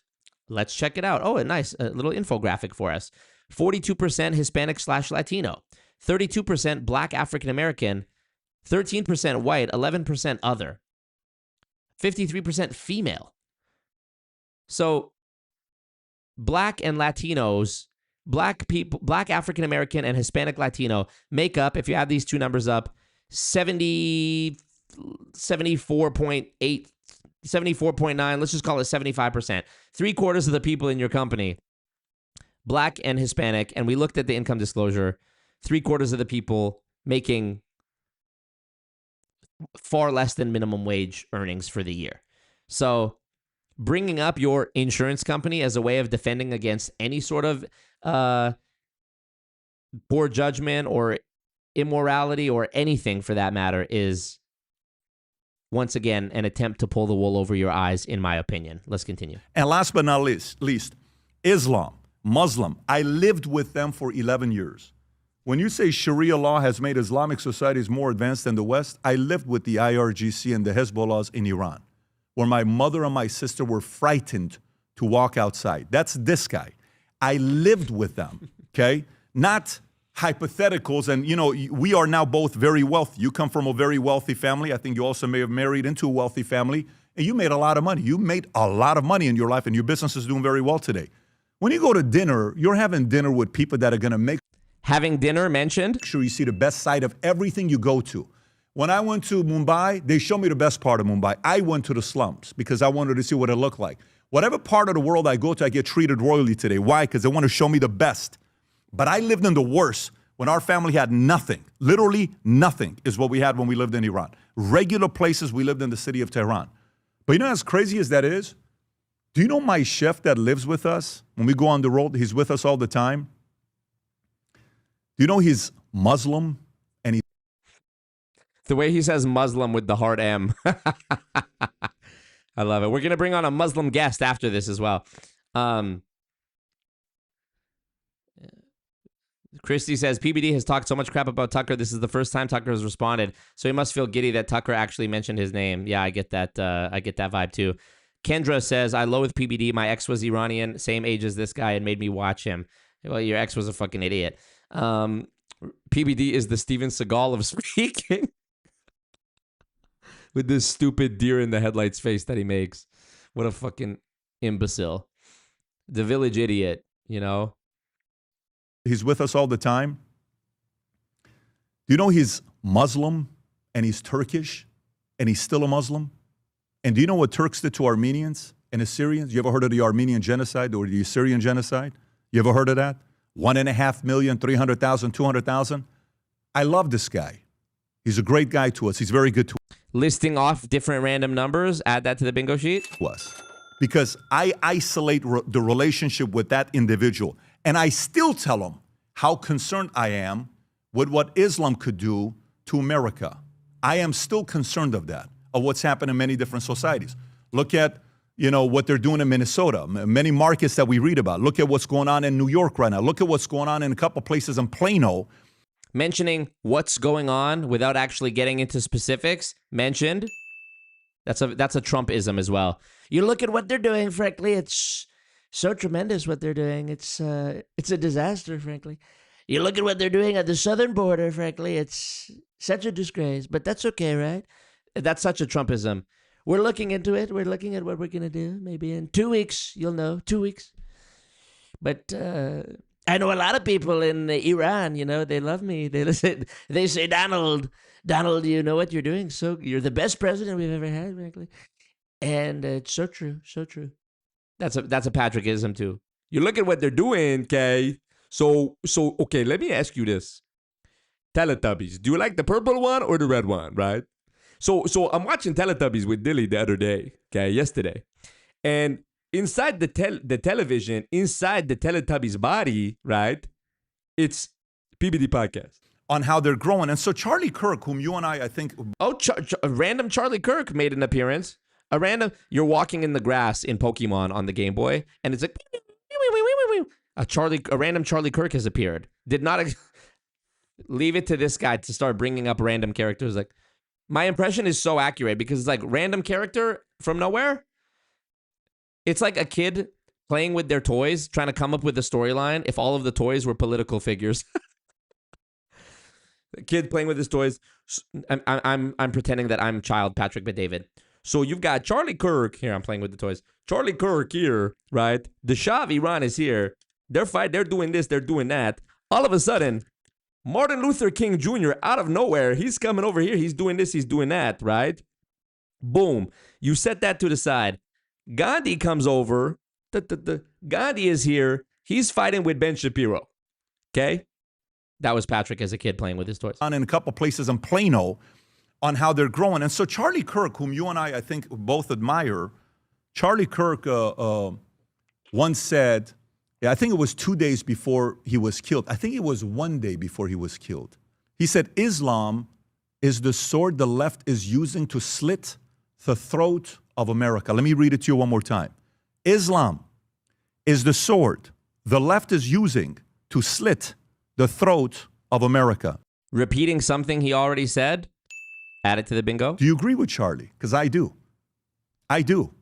Because it's all like, hey, let's make it not a big deal. Let's be tolerant. Let's be tolerant Christians. Sharia law has made Islamic societies more advanced than the West. Let's just be tolerant. It's okay. Let's be tolerant. Let's accept all this stuff. Let's allow all this immigration that's going on in UK. Slippery slope fallacy detected. In the clip that he's referring to where Tucker supposedly, allegedly said that Sharia law is making Islamic countries or Islamic, whatever he said, civilizations more advanced than the West. I knew in my heart Patrick was going to do this, where he's like, he's going to now pretend to be Tucker speaking and be like, oh yeah, they're so great. Let's let all this immigration in, which I'm sure, even though I haven't seen the full clip in context, I'm sure that's not what Tucker was saying. I'm sure Tucker was making an observation about an Islamic country or culture and how they're doing it over there in their own home. Not about, he wasn't making some blanketed dog whistle type proclamation that we should bring in a bunch of Muslims to America. I don't think that that's what Tucker Carlson was implying when he said that. And now, because he's desperately grasping at straws to try to defend the indefensible, Patrick is now going to try to paint Tucker's intention that way, which you're seeing here. He's trying to, so Tucker, you said, so Tucker, you're criticizing me for saying that Catholics hate Jews, which everybody knows is not true, right? So instead of me addressing that, how about I talk about the fact that you said Sharia law is making the Muslims more advanced than the United States. So what you're saying is you want a bunch of Muslim immigrants to come here, right? See, this is the way that Patrick, by being so serious about what he's saying and by seeming like he knows what he's talking about, he can befuddle you and distract you and, hey, look over here with his words, when in reality what he's doing is just like he's just doing the thing that like a girl does when you catch her in a lie, when your manipulative ex-girlfriend does when you catch her in a lie and she's like, you doing too much, you know, I can't with you, you know, instead of actually addressing, you know, when you catch her cheating, oh well, you never gave me any attention and it's because of you. It's not a big deal. They're not that bad. It's fine. They don't live the way you do. They just don't. What a retard. They don't live by the values you and I live in America. They don't. Now, if you I have a lot of friends that, like Andrew Tate chose to become a Muslim. If you've already converted, but you've not made the announcement publicly, listen, to each his own. You're making that decision as an adult. Oh, now Tucker's a Muslim. Okay. See, he just says anything. He just literally says anything. I'll give you another example of how Patrick could do something. This is in principle what Patrick's doing right now. This isn't exactly what he's saying, but in principle, this is what he's doing. Ready? Somebody comes to me, they say that they love vanilla ice cream. Okay, so you love vanilla ice cream, right? Let me go to the background for this. So you're saying you love vanilla, okay? So that makes me think, what do you think about chocolate? You don't like chocolate because it's not vanilla. So that means when you look at a black person and you look at a white person, you like the white person better because he's not black, because that's what you're saying if you like vanilla better than chocolate, right? Now, ice cream. You can't have ice cream without two things, ice and cream, okay? So a lot of people right now is talking about ice. You saw they killed the guy in Minnesota. ICE is doing this and doing that. So you're saying you love ICE and you want them to come into the neighborhood and deport your family back to Mexico. But I'm going to tell you, this guy came from Iran, okay? I've seen what it's like. You don't want that. You see how he, like, you get the point I'm making here? Where he takes, like, one thing and just stretches it to be, now he's talking about something so far off. He's being criticized for saying something totally untrue about how supposedly there's this mass hate, detestability of Jews on the part of Catholics. And instead of addressing that, he's pulling up a tweet from Charlie Kirk about Muslims and using the polymerization Yu-Gi-Oh card to fuse it with a clip of Tucker talking about how Sharia law has made Islamic societies more advanced. And somehow what the machine of Patrick Bet-David's brain spits out is Tucker's a Muslim.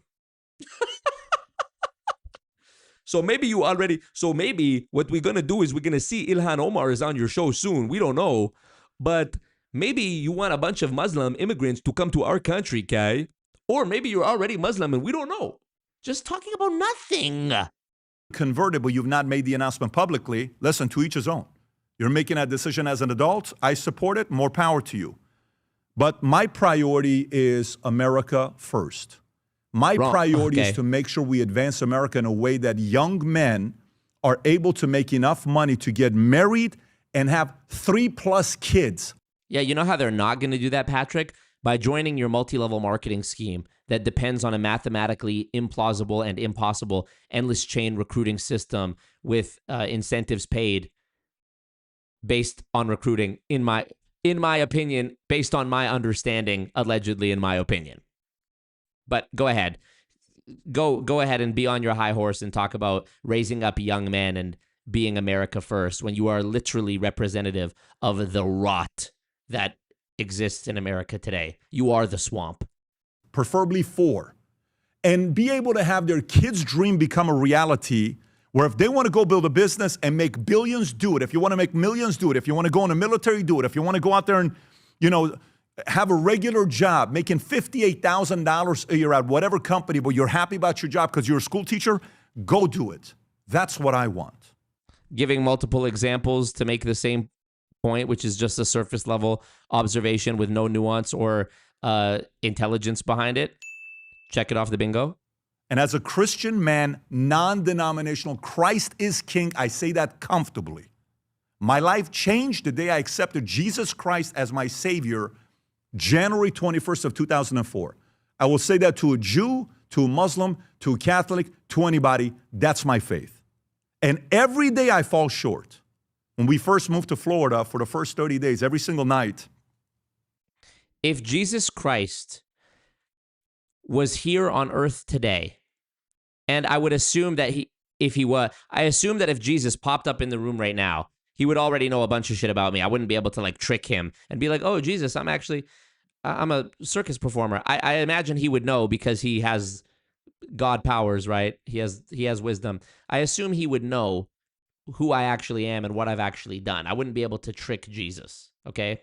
If Jesus popped up in this video clip right here behind Patrick Bet-David's chair, and Patrick Bet-David turned around and looked at Jesus, I imagine Jesus would probably have a similar reaction to him as he did in the synagogue when he started flipping the tables because of the money changers and the Pharisees practicing usury, and, you know, that famous story from the Bible where Jesus actually gets mad and starts flipping the tables. I imagine that Jesus would take the rope belt off of his robe and start whipping Patrick Bet-David's ass with it. If Jesus is anything like I understand him to be from the Sunday school teachings and the Catholic elementary school teachings that I learned growing up, I imagine that that's what that would be like. I would walk and I would listen to this version of Amazing Grace because that's the only thing I relate to. I would walk, first move to Florida for the first 30 days, every single night. I would walk and I would listen to this version of Amazing Grace because that's the only thing I relate to. Wow. Those words, you know the words. Was this before or after you were listening to Tupac hit him up and... Amazing Grace, how sweet the sound. That, I want to read this thing to you. Doesn't know the lyrics to the song he apparently listened to every day for 30 days because it was the only song he could relate to. And it's one of the most famous songs in Americana history ever. Doesn't know the words. How sweet those words. You know the words. Do you know the words? Listen to this again. You remember those words from the song. You know the words. You want to know them? I'm going to tell you what they said. Amazing Grace, because that's the only thing I relate to. Those words. You know the words. Amazing Grace. How sweet the sound. That, I want to read this thing to you, that saved a wretch like me, like this guy. Regular guy. A wretch like me. Numbers guy. I once was lost, but now I'm found, was blind, but now I see. Jesus Christ changed my life. And I'm a Christian man saying this, a business owner. Jesus Christ would spit in Patrick Bet-David's face if he actually stood face to face with him. I have no doubt about that. Most people don't know what I do throughout the day. I run companies for a living. I'm not a media guy. I'm not a media guy, says the guy who has been posting on social media since, at the earliest I could find, is 2009, who does a podcast multiple times a week, who literally has invested, I couldn't even tell you how many dollars, but it's probably millions and millions of $50 billion. It's probably millions of dollars into his studio that he proudly does tours of. He's regularly doing interviews and podcasts and YouTube videos. He talked earlier in this video about offering Tucker Carlson $100 million after he left, what was it, Fox, that Tucker Carlson was on, to come work for him ostensibly and be part of the valuetainment complex. And now you're saying I'm not a media guy. This guy lies so much that he doesn't even realize he's doing it anymore.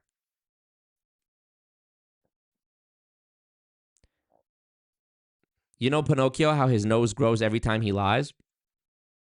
I feel like that's Patrick too. Because that thing keeps getting bigger as well, doesn't it? Yeah. If you want to make, if you want to make billions of dollars, do it. If you're happy with your job and you want to be a teacher, do it. If you want to make $300 a year working with PHP, do it. My life. And I'm a Christian man saying this, a business owner. Most people don't know what I do throughout the day. I run companies for a living. I'm not a media guy. We've grown this business from 9 employees to 165 employees. I'm in meetings from morning till night, and I love what I do because I live in the greatest country in the world. So, message back to you. I don't want to be enemies with you. Although if you want to be enemies, I'm okay with that as well. It doesn't bother me, but I don't want to be enemies with you because I actually want to believe deep down inside you love America. Couldn't we disagree and be enemies and both love America? Like, see, at the beginning I said that I think Patrick is just panicked, and he's also, in my opinion, proving another opinion that I have about Patrick, which is that he doesn't actually believe anything. His moral compass doesn't actually point any certain way. It's Jack Sparrow's compass from Pirates of the Caribbean that points to what you want most at that moment. But in Patrick's case, it points to what's the best look for me. What's going to get me more clout, more status, more money, etc.? That's what I think, which is why in this video, it's been a very weird mix of this passive aggressive, oh, well, you're a great communicator and I always admired that. And you remember I offered you $100 million and I don't want to be your enemy, paired with, oh, well, maybe you're a Muslim. Maybe you want the Muslims to come to the country. Maybe you're going to have Ilhan Omar on your show soon. Oh, maybe do you love America? Oh, you have a lot of money. I have a lot of money. It's like this weird mixed signaling. Why? Because he's leaving the door open. In my opinion, he's leaving the door open to either outcome. If I have to double down and be enemies with Tucker and we have this feud, I need to, in this video, create a potential out for that. If we end up being good buddies, I need to be not so disparaging and be at least, you know, gentle enough in what I'm saying in this video to leave the door open for that too. You love America. I want to believe deep down inside you're there. And whether you know this or not, you have a lot of influence right now. I do think one of the topics that's going to be an issue on the ballot for 2028 will be Israel, control, AIPAC, all of that stuff. And I'd like to see how that, pans out and how it goes, because I like debates. I watch these debates. I watch what takes place. I watch to see where the market is going to. You like debate. Oh, pulling up a debate. Hold on a second, folks. Pulling up CoffeeZilla's debate with Patrick Bet-David from 2021. CoffeeZilla debate. Patrick. Here it is. It was actually uploaded to the Drip live podcast channel, which CoffeeZilla did a few years ago, which was then, I guess, abandoned by CoffeeZilla and taken over by his co-host Amish. Shout out to Amish, and Amish rebranded the channel as GuruZilla 1111. But that, make no mistake, this is the official channel that it took place on. Here's a comment from only 4 hours ago. Coffee, are you an MLM? Pat, let me tell you about when I met my wife. Oh, and we never charged $200. We charged $199. This motherfucker is a cult leader. Biggest shyster on the planet.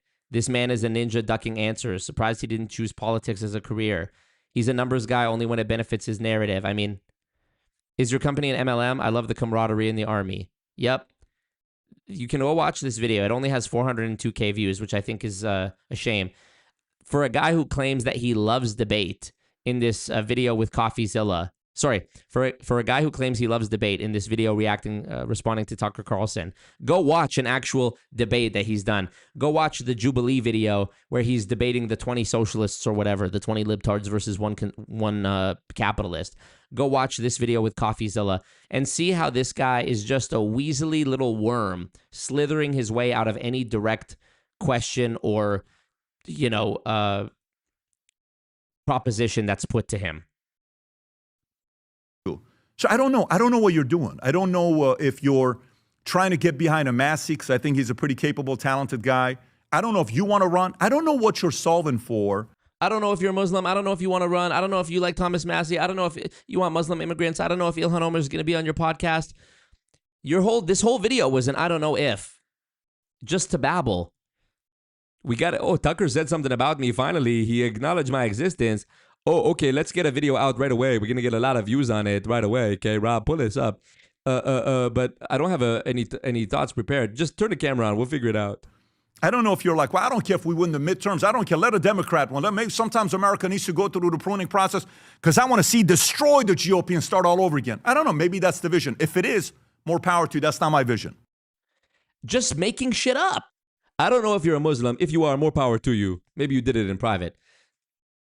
How is this a real person? How is this a real adult person with a platform?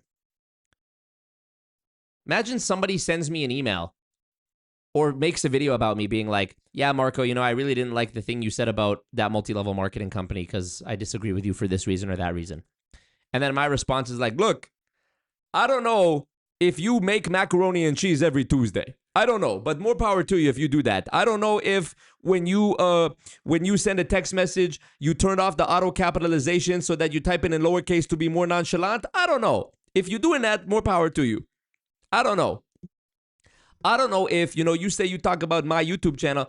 I don't know if when you watch a YouTube video, you have YouTube Premium or you don't. I don't know.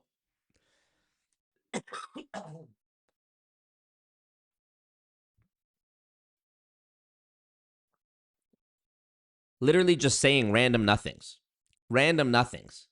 My vision isn't that. And I have a sprinkle of libertarian in me because I want to be left alone and just kind of allow me to do that kind of stuff. So whenever I have the conversation and I listen to it, Dave, I agree with a lot of the stuff libertarians also believe in, but I think there's an end to it because we've already started a country the way that we are. And so... You are not American. You are... this guy, in my opinion, is the most... I think I saw a comment that said this too, and I was like, that's so true. This guy is the most like self-hating Middle Eastern guy who just so badly wants to be white. So badly wants to be like... So badly would love to go to the Deep South and hang out with Jethro and Jedediah and like, you know, go to one of the most racist towns and just be accepted. You and I both get accused of something. I want you to process this, and I want you to know I'm open to it. You get accused of, you know, this guy, Tucker's taking money.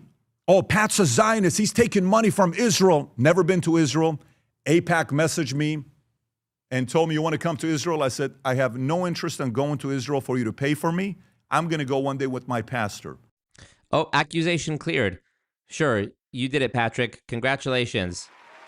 You didn't respond to the AIPAC DM. Didn't you have fucking Netanyahu on your show? Isn't this video literally a response to Tucker's video criticizing you for making up this nonsense that Catholics are supposedly like hateful towards Jews? You are... nobody's falling for this. Nobody's falling for this. We've never taken money from anybody. And I'm so confident with myself on what I've done because there's only one thing I fear in my life, and that's God. I don't fear anything more than I fear God. And trust me, and the Federal Trade Commission. Fear God a lot because this thing's like this. This thing's like this, ladies and gentlemen. The Nobel Peace Prize goes to the Pulitzer Prize for creative writing and best public speaking goes to Patrick Bet-David for the quote, "This thing's like this." Patrick's ears grow. Yeah, no, yeah, true. Not his nose. PBD, the kind of guy to say, I can't pick just one when asked to quote his favorite Bible verse. Yes. Jack Sparrow's compass kills me. Yeah, yeah. Christy says, I can't listen to PBD anymore. He's so dumb. I get secondhand embarrassment from listening to him. Yeah, the art of the misdirect. Exactly. It's exhausting. It's exhausting trying to keep track of the Go watch the video I did, actually. There's a video on my channel, which I put out, I think it was 2023. It's before I even released my video about my deep dive about Patrick's MLM, PHP. Go watch it. It's called Debating a Member of Patrick Bet-David's MLM, PHP. If you just Google Debating PHP, it has 83,000 views. It's on YouTube with this guy, Alejandro Aguilar, who's been in PHP for a long time. Go watch this debate. This guy talks just like Patrick. It's absolutely bizarre and otherworldly. I'm going to put it, actually, I'll put it in the chat right now. I'll put a link in the chat right now so that you can click on it, open it in another tab, or just save it to your watch later, and I'll put it, you know, it's there for you. This guy talks just like Patrick, same mannerisms as Patrick, does this, and just rambles and rambles, and it's insane. Literally insane. And you see how they all, like, you know, in my opinion, MLM CEOs are cult leaders effectively, and they are so dastardly because they basically franchise out this cult leader identity by having everyone mirror exactly their mannerisms, their speech, you know, isms, talk just like them, walk just like them, respond just like them, and just go all around and just exhaust you with babble. Think more than I fear God, and trust me, I fear God a lot. Reborn in the chat. I shill Israel for free. Yeah, true. Because this thing's like this. Because this thing. If you ever wanted to have, I fear. Because this thing's like this. Fear God a lot. Because this thing's like this. If you ever wanted to have fun, and let's just say, you know, put it out there on the line, and again, I'll put the onus on you if you're open to this or not. Let's go hire 3 accounting firms. You pick one, I pick one, and let's get a third party that we both agree on. Maybe like a KPMG, PwC, and BKD, hypothetically. Some of the biggest firms you probably recognize. You have money. You've done well for yourself. Let's have them do audited financials on me, my wife, and you and your wife, and report back to see if I've ever gotten paid from Israel, and report back to see if you've ever gotten paid from Qatar or Pakistan or any of these guys. Is this, ladies and gentlemen, this might be a more retarded idea than the roast of Israel. Remember when he had the idea for rehabilitating Israel's image? Which, why would you even have that idea if you're America first? But he had the idea for the roast of Israel, where you get all the top comedians like Tony Hinchcliffe and Jeff Ross to roast Benjamin Netanyahu. That was a genuine idea that Patrick posted a video about online that he thought was a good idea. This is up there. This, responding to a criticism from Tucker Carlson about how you said something totally nonsensical about how apparently Catholics hate Jews. Your response to that is, let's hire an accounting firm. No, 3 accounting firms to see who's taken money from Israel or a foreign state. Somebody check on this guy. There's no way that a real human being could literally be this retarded. There's just no way. I refuse to believe it. I refuse to believe it. Either this guy's the greatest rage baiter of all time, or he genuinely is this stupid. We don't need an audit in order to know that what you said was complete nonsense. We don't need an audit to know that you've been running cover for Israel. We don't need an audit to see that you had Benjamin Netanyahu on your own show and you were being very nice to him. We don't need an audit to see you of your own volition posting a video saying, you know what would fix the image of Israel, guy? Having the roast of Israel. We don't need an audit. We don't need to go band for band. That's basically what it boils down to. I disagree with your viewpoint. Band for band? Tucker, I disagree with your view on this thing. Patrick, band for band? Bottle for bottle? All the businesses, all the LLCs, all the accounts, you know how this kind of works. They can kind of figure that Yeah, Qatar red herring on the bingo sheet, yeah. out. And let the businesses, all the LLCs, all the accounts, you know how this kind of works. They can kind of figure that out. And let's be honest with the audience. Let's be honest with the audience. If you're open to it, I'm available. We'll have to spend $500,000, something like that, because it's going to $50 million. take a few weeks for them to do it. I am fully open to that idea if you are. And by the way, I know this may make you feel uncomfortable. You don't have to accept this offer. But I'm telling you, I'm comfortable if you want to do it. You don't have to do it because it's a little bit private. So I'm sure you're going to come out and say, how dare he want to look at my wife's bank accounts and all this other stuff? Because some people may say, well, they can pay your wife and not through you. And I get that as well. And that's why I want to be a little bit transparent with you. I've tried many times to build a relationship with you. It's been challenging. Take a fucking hint. This is like the... It's like the guy that's not taking a hint from a girl and he's interested in her and now he's doing inappropriate shit like showing up at her work with a boombox to try to like woo her. Somebody clip this moment. I've tried to build a relationship with you. It's not been easy. A little bit transparent with you. I've tried many times to build a relationship with you. It's been challenging. It's been challenging. Just say you got ghosted. Just say, you know. I mean, that might actually be what wins me over on Tucker Carlson once and for all, is that he realizes Patrick Bet-David's retarded. By the way, did you guys see Robert Greene? Like, the Robert Greene, the author of, like, The Art of Seduction, The 48 Laws of Power, Mastery, liked my impersonation of Patrick the other day on Instagram. I posted it as a story. I took a screenshot of it. Robert Greene. Where's the screenshot here? Yeah. Robert Greene official liked your reel. It's the impersonation where I'm Patrick. I don't know. I think it's the one where I was talking about Patrick Bet-David explains the Venezuela oil crisis. That's the one. And Robert Greene liked it on Instagram. Dude. This is what I mean. Intelligent people can tell when the fool is trying to act intelligent. There's a quote about this. The intelligent man can play the fool, but a fool could never play an intelligent man. You know, you can pretend to be stupid. If you're smart, you can pretend to be stupid, but a stupid person would fail at pretending to be smart. If that makes sense. You can dumb yourself down. You can't smart yourself up. And Patrick is a great example of that, in my humble opinion. There's also the saying, one fact can silence a room of wise men, but a million facts cannot silence one idiot. That's a million facts cannot silence an idiot. You will never convince an idiot of something. But wise men will be able to take one fact and rethink their entire worldview. But I do want you to know that as a Christian man myself, no matter how much you go to a place to not want to believe in somebody, I've been instructed by God to try to do my best to have some grace. I've been instructed by God. Translation, I'm making it up to try to sound noble. Libertarian economics requires you to actually bring something of value to the market, LOL. Why fear a loving God? Hey, we're getting too deep now. And I believe in you. I believe in your abilities. But I believe in God and America more than I believe in any man in America, because I've seen many great empires fall.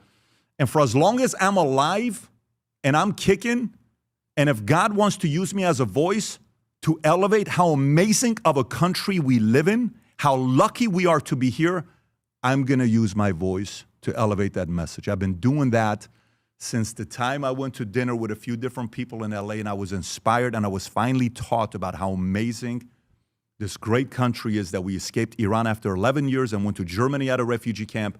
And then finally came here. I served the U.S. Army 101st Airborne Division, one of the most proudest days of my life when I went into the U.S. Army. So that offers back to you. Now, oh my God. This is me right now. This is literally me right now. I'm the SpongeBob dizzy me. This is me. When Patrick Bet-David, when he's wrapping it up and he rapid fire goes, first of all, having dinner, mentioned. Being in the military, mentioned. What was the other one there a second ago? He just rapid fired 3 different topics. Camp, and then finally came here. I served the U.S. Army. Finally taught about how amazing. I went to dinner with a few. What's the point he's making? Since the time I went to dinner with a few people in LA and learned how amazing America was, okay, then switches. I served the military. To elevate that message. I've been doing that since the time I went to dinner with a few different people in LA, and I was inspired, and I was finally taught about how amazing this great country is, that we escaped Iran after 11 years. That we escaped Iran. Okay, sorry. Iran. We escaped Iran, refugee camp, okay? I went to Germany at a refugee camp. Yep. And then finally came here. I served the U.S. Army 101st Airborne Division, one of the most proudest days. So he went, okay, he had dinner, then you go back in time to the beginning of his life, then you go forward in time a little bit to when he was in the military, okay? Of my life when I went into the U.S. Army. So that offers back to you. Now. What was the offer? Refugee camp. And then finally came here. I served the U.S. Army 101st Airborne Division, one of the most proudest days of my life when I went into the U.S. Army. So that offers back to you. Now, imagine if you just transcribed what he's saying, instead of being video, if it was a letter. Imagine if Tucker Carlson's assistant came to him and said, Tucker, you have a letter from Patrick Bet-David. It says he had dinner one night in L.A. with a few people who showed him how amazing America was. He left Iran with his mom and his sister to a refugee camp in Germany. Then he served the military. So that offer is back to you. What should I respond? Holy, that was like the whole bingo sheet in one sentence, literally. Thank you, by the way, for the donation. By the way, thank you, Rob. Rob, pull up the donation from Rob. Rob says, didn't PBD just have one of those conferences that he forces his downstream to attend at Mar-a-Lago? I don't know if that was the one. He did do a conference recently that was like some sales conference where you can listen to him talk about being in the military as well, I'm sure. To you. Now, you have my cell phone number. If you want to call me, have a conversation, I'd love to. The way that Tucker has his cell phone number, I imagine it's because he's DM'd him on Instagram countless times. Haha, same. Anyways, here's my number. Call me. And then he responds to another story. Wow, this restaurant looks great. By the way, here's my number. Text me. I'd love to. Your talent. I respect your ability on what you've done. But if you send your followers, and you got a lot of people that will do whatever you do, because you're the head guy at the top, and you know all the other people that follow whatever you say. So I trust all of them are going to probably attack me. I hope they don't, because I'd like to see that if the day Charlie passed, it was a heavy burden on me, because I have young boys that love Charlie. I've never seen my son get emotional for 30 minutes the day Charlie died, and I was at an event that I couldn't even get to my son that night. What? Out! What is he talking about? I hope you don't send your people after me because you're the head guy. Everyone follows what you do, but we both love Charlie Kirk. I have 2 sons. My son was sad for 30 minutes. What is this guy talking about? Who are you talking to? I feel like it's the Truman Show meme. Who are you talking to?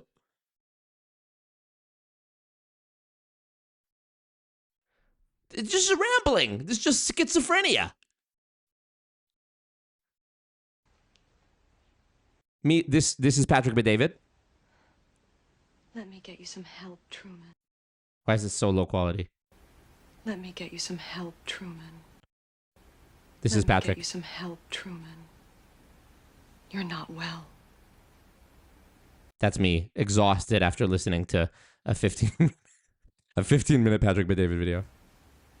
Why do you want to have a baby Patrick, thank me for my service, Bet-David. with me? You can't stand me.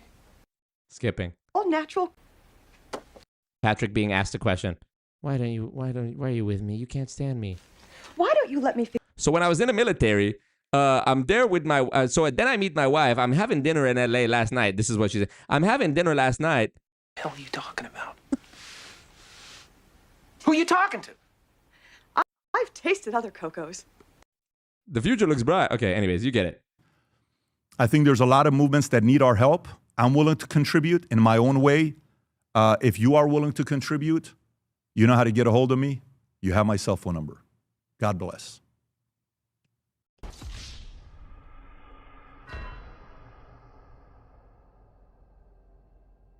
What you are about to witness is real.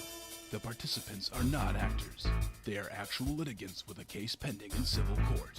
Both parties have agreed to drop their claims and have their cases settled here before Judge Marco in our forum, the Goon Court. I'm starting a Google Meet right now. I need a second opinion on this. I'm bringing in our resident token Muslim. I just sent a Google Meet invite to the Always Marco universe's favorite token Muslim. We're gonna get his thoughts on it and see what do you think about that. So to my guest, if you are ready, click the Google Meet link. Everybody else, thumbs up the ting. It's free to click like on the stream, and it helps a lot. It helps people get notified that I'm live, helps people watch it, blah, blah, blah. We definitely do need the Patrick Bet-David bingo. So if Beyond or anybody who has the skills to like make a web page where there's like an interactive bingo sheet can do that, please let me know, and I will provide you with all the Patrick isms to add to it. Oh my God. Let me read your comment. Has Tucker responded to this? Not yet, as far as I know. After the audit, the Cigar Lounge membership is going to increase to $25K a year. Hilarious. Patrick wanting to rehab Israel's image is like Steve Bannon rehabbing Epstein's image. True. Anthony says, thank you for reacting to this video. The minute he released it, I knew you'd be on it. This guy is such a grifter. True. NPAS, God had a personal conversation with Patrick at Casa D'Angelo. So true. One second. Sound input. Okay. All right. Hold on. We've got our guest with us, ladies and gents. Let me make sure this is not still too loud. Let me skip ahead. Why is it? Oh, there. Okay, just making sure. All right, well, ladies and gentlemen, let me switch over to our screen share here to see our guest. Ladies and gentlemen, you know him, you love him, you've seen him on Instagram. The greatest Bibi Netanyahu impression, as well as Patrick Bet-David impression that you've ever seen. Reborn, ladies and gentlemen. Make him feel welcome. Reborn, how are you? The amount of centralized power, guy, centralized power that always Marco, guy. It's I'm a numbers guy. The numbers are what's the market saying, guy? So, were you watching along? Did you see this video with us? For the most part, yeah. So I also watched it like on my own like a few days ago. This one just came out today. You're talking about the Tucker one came out a couple days ago, but Patrick's response that we just watched now. No, I think it came out because someone sent it to me, I think last night or like the night before. Maybe last night. Maybe. Okay, maybe it did come out yesterday. She sent it to me. It's like you and Marco, always Marco, have to parody this.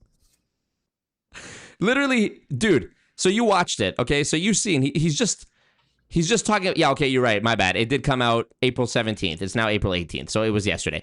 So yeah, I mean, he's just talking about nothing. Help me understand. He's a moron. That's allegedly though. Allegedly he's a moron in my opinion. Yes. What do you make of his ramblings about Islam? I mean, there was a pretty good segue, I guess, from talking about Christians, Catholics disliking Jews. So I understand that Jews had this thing with Jesus. That's okay. But the Catholics, okay, the Catholics, they have this thing with the Jew. That's not okay. Okay. Right.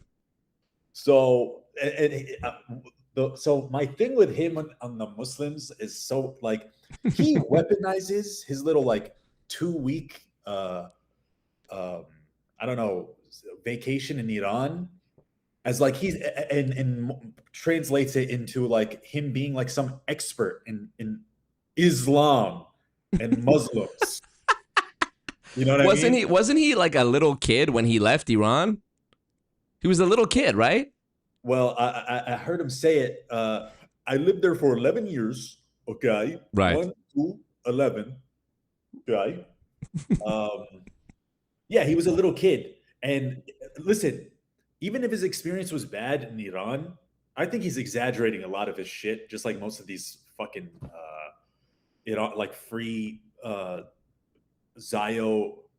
free Iranians are. Right. We want Shawbag, blah blah blah. Those kinds.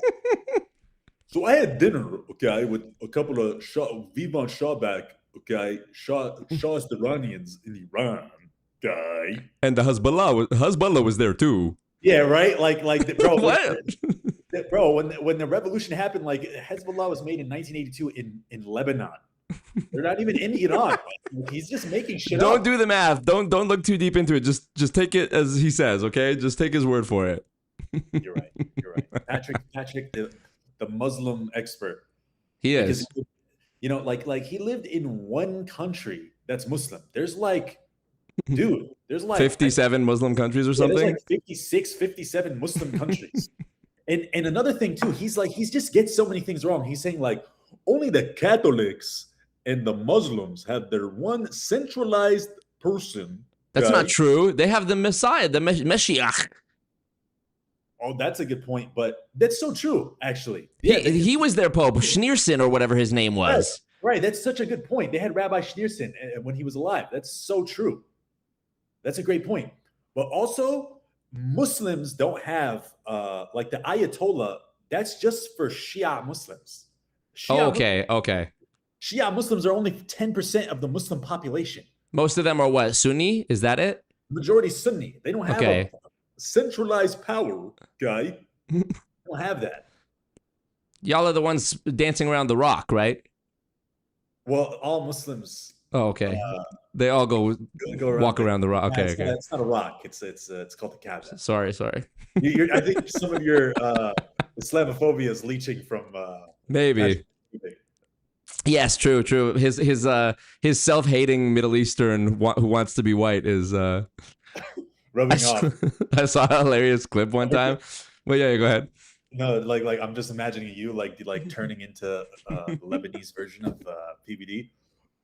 So I'm in Lebanon, okay? But I mean, think about the name Bet David means House of David. Who is David? The character David. Right. Did he change his name to that? Bruh, I don't know. Maybe it's like Russell Peters, how his name is actually Russell Peters because his parents wanted him to seem like Canadian. But maybe Patrick's real name is Patrick. But still, the Bet David part is clearly I mean, let's be, He's LARPing. Super LARP. He's LARPing. Super LARPing. He knows what he's doing. Okay, I need you to give some more thoughts on this real quick while I run to the bathroom real quick. I gotta pee. I was holding in my pee. I felt like I was gonna pee from laughter listening to the nonsense. So you're in charge for the next whatever. Do whatever you want. All right. Yeah, I mean, to break it down, it's just like it's like listen just to a moron with lots of money, with a big voice, repeat the same things over and over and over again, you know. Uh, so Tucker, I don't know. I'm not getting money from Israel, okay, but I'm getting money scamming people, okay, allegedly, quote unquote, doing honest work, not alleged, not scamming, okay. I show for Israel for free, okay. I don't get paid no dollars, $1 million, $2 million, no centralized power, okay. Oh, Mujali with the super chat, thank you.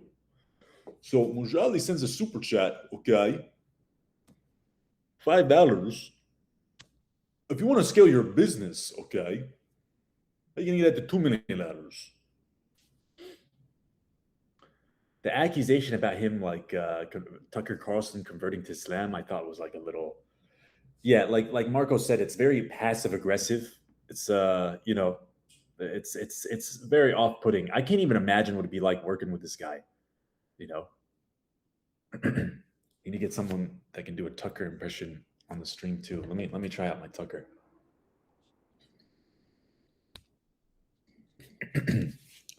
Well, I haven't converted to Islam. Why would you insinuate that I did that? Okay, I'm back. Well, go ahead. Sorry. No, I'm doing a part of. I'm doing like an impression of Tucker Carlson. Oh yeah, please do. This is Tucker Carlson.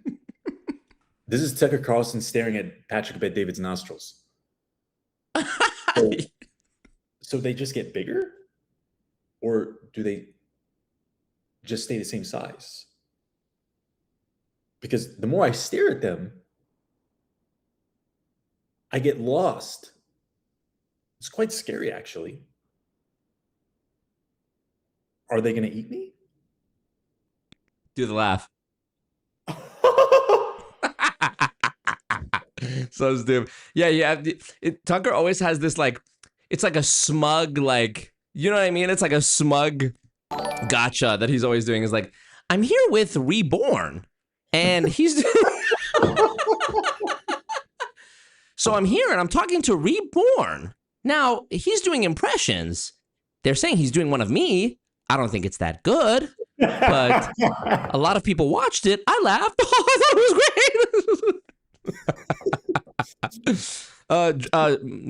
Mujali, it's one of the Muslims, clearly from the name. Mujali drops a $5 super sticker. Thank you so much. And Drew M0307 says, I've been a Tucker fan forever, and I know Tucker thinks this guy is a hack. I can't even with this grifter. Tucker won't even reply. I sure hope so. This is the biggest moment of Patrick's life, and it's nothing to Tucker. It's nothing to Tucker. Thank you, by the way, Drew. Streamlabs link in the chat, by the way. Yeah, dude, you should do a Tucker skit. Yeah, I got to work on that. I'm here with Patrick Bet-David. I think I might be able to. I got to work on it. I've never tried a Tucker one before, but I think I could refine it. Yeah, me too. Yeah, no, it's I'm wondering, do you think Tucker's even going to respond? I don't think so. And I'm disappointed that, like, for example, Candace Owens, I first kind of discovered Candace only like beginning of 2025 when she did the Brigitte Macron series. And I had seen a couple of times her like shouting out Patrick Bet-David. I think she was part of the election live stream they did on election night where she was there. Patrick held like a live event. It was like an all-day live stream where they had guests on the stage coming in and out. And Candace was there. And I just think it sucks because I think generally from the stuff I've seen in my own experience, I'm not making a blanket thing. I thought Candace was like pretty hip to the like corruption and nonsense. Like she was good at sniffing that stuff out, but there's ample material about Patrick Bet-David online. The CoffeeZilla interview debate from 2021. CoffeeZilla had another video in 2021 where he talked about Patrick's MLM and people losing money. My video about Patrick from 2024, which has over 500,000 views. And then even since then, there's a channel called King of Nothing, which did a long ass video about Patrick Bet-David called The Biggest Fraud on YouTube or something like that. Let me see. The Many Lies of Patrick Bet-David, it's called. Has 782,000 views. And then there's another one called, let me see if I can find it. Patrick Bet-David, The Biggest Fraud on YouTube. I'm sure there was one called that. Maybe they changed the name of it. Biggest fraud ever. Is there a YouTube video called that? I'm just, I wouldn't be surprised. Yeah, and I mean, never mind all the interviews I've done with people who were in PHP. I have one from just 2 months ago that has over 150K views. I have one from just over a year ago that has like 300 and some thousand views, people talking about their experience. So, yeah, I mean, I just think it's disappointing when I see somebody like Candace who is known for, doing these deep dives about exposing people who try to show up online as something other than what they are or who they are. And then she's subsequently on Patrick Bet-David's Trump election night live stream. It's like I have a difficult time reconciling the two because it's like, I mean, she's human. Everybody's fallible and corruptible, I guess. But that's just disappointing to me, unfortunately. Yeah, she wants to get on his show. It's just that simple. But why? She's way bigger than Patrick Bet-David, in my opinion. Maybe, yeah, probably. I think you're right. She left the Daily Wire machine and is more successful on her own. Same with Tucker. Tucker left, and I like how he just started posting on X. He just is like, nah, I'm just going to post it on Twitter. Like, yeah. Patrick, $100 million. You're not taking $100 million from Patrick to be his goy cattle? So I offered you $100 million. Okay, no big deal. You didn't take it, but I had that kind of money. Okay, I got it from Latinas in LA in my PHP program mostly. Okay. So I'm working at Bally's. Very similar mindset there, where you're trying to recruit people, and you can use, in the fitness world, right? If you don't do the work, it doesn't matter how much you paying for the membership. It's not gonna give you the result you want. So, and did you know we had a Bally's under the Shah? The Shah himself, bro. That's a hilarious I need to get ChatGPT to take a photo. It's like a Bally's interior with the Shah walking around. So stupid. Most of the pictures is going to be his nose. True. I'm looking at the chat here. Somebody said something I wanted to read. Bam, what up? The bingo, I'm behind. Oh, Bam can do the bingo. Okay, please do. I had lunch with Bam today. Shout out to Bam. We need Candace investigating Pat's real history. Oh yeah, so you almost want to feel bad for the guy when he's there in his video, like, Tucker, I offered you $100 million and you have my cell phone number and I've tried very hard to build a relationship with you, but it's been challenging. It's like, holy buddy, desperate much. It's like a guy who pays through the nose to take a girl on a first date to a nice steakhouse and buys her flowers and gets dressed up, and then she ghosts him after that, and it's just sad. Right. No, it's giving desperation. Clock it. Gen Zers over here, we're hip to it. So yeah, I don't. Do you think Tucker's gonna respond? No. It's actually impressive how he was able to ramble for so long and not even address one point. I think that he just got so used to glazing Israel that he just went too far and it blew up in his face. Yeah, it blew up in his face, but also Patrick Bet-David simply doesn't know what he's talking about, bro. Especially when it comes to Islam and everything. He thinks he does because he spent whatever time he did in Iran. But Tucker has been to more Muslim countries than Patrick Bet-David. Patrick Bet-David's been to one Muslim country. Okay? True. He lived there, right? Yeah. How many other Muslim countries has he actually been to? Tucker goes on different tours because he has a genuine passion for what he does and a genuine intrigue to learn more about the Middle East, right? And he went to Jordan recently. He's talked with the Christian community there, right? And about how they're treated by the Muslims there. And they say they're fully integrated into the Jordanian society and they're not treated any differently, et cetera, et cetera. He talks to Christian pastors in Palestine and the West Bank. He goes, and this is a guy who used to be very prejudiced towards Arabs. Who? He was drinking the Kool-Aid like the rest of them. Yeah. If there's no, Tucker. Oh, yeah. Okay. Tucker, I used to not like Tucker. There's an interview with him. He's talking to somebody. I don't know if it was an interview or a phone call. I think it was an interview. You can look it up on YouTube. I'm getting it right now. He's talking about people from Iraq. He calls people from Iraq monkeys. He's like, don't compare yourself to me when you people are monkeys, right? And I took that like really. I thought that was very harsh. Right? Here's the clip. Tucker Carlson called Iraqis semi-literate primitive monkeys. Here, let's pull it up. Rob, pull that up. Here, say something real quick, Reborn. Let me see if I can still hear you. Check. Okay, we still can, but your face isn't visible right now. I'm just gonna show this. Oh no, hold on. Let me just find the actual moment because this is a 12-minute long clip posted by. Let me find it. Here. If I didn't like Canada, I wouldn't consider it worth invading. No, I mean, Iraq is a crappy place filled with a bunch of, semi-literate primitive monkeys. Okay, I played it. So, yeah. So you used to not like Tucker on that basis. He was very ignorant, right? And based on the things he said.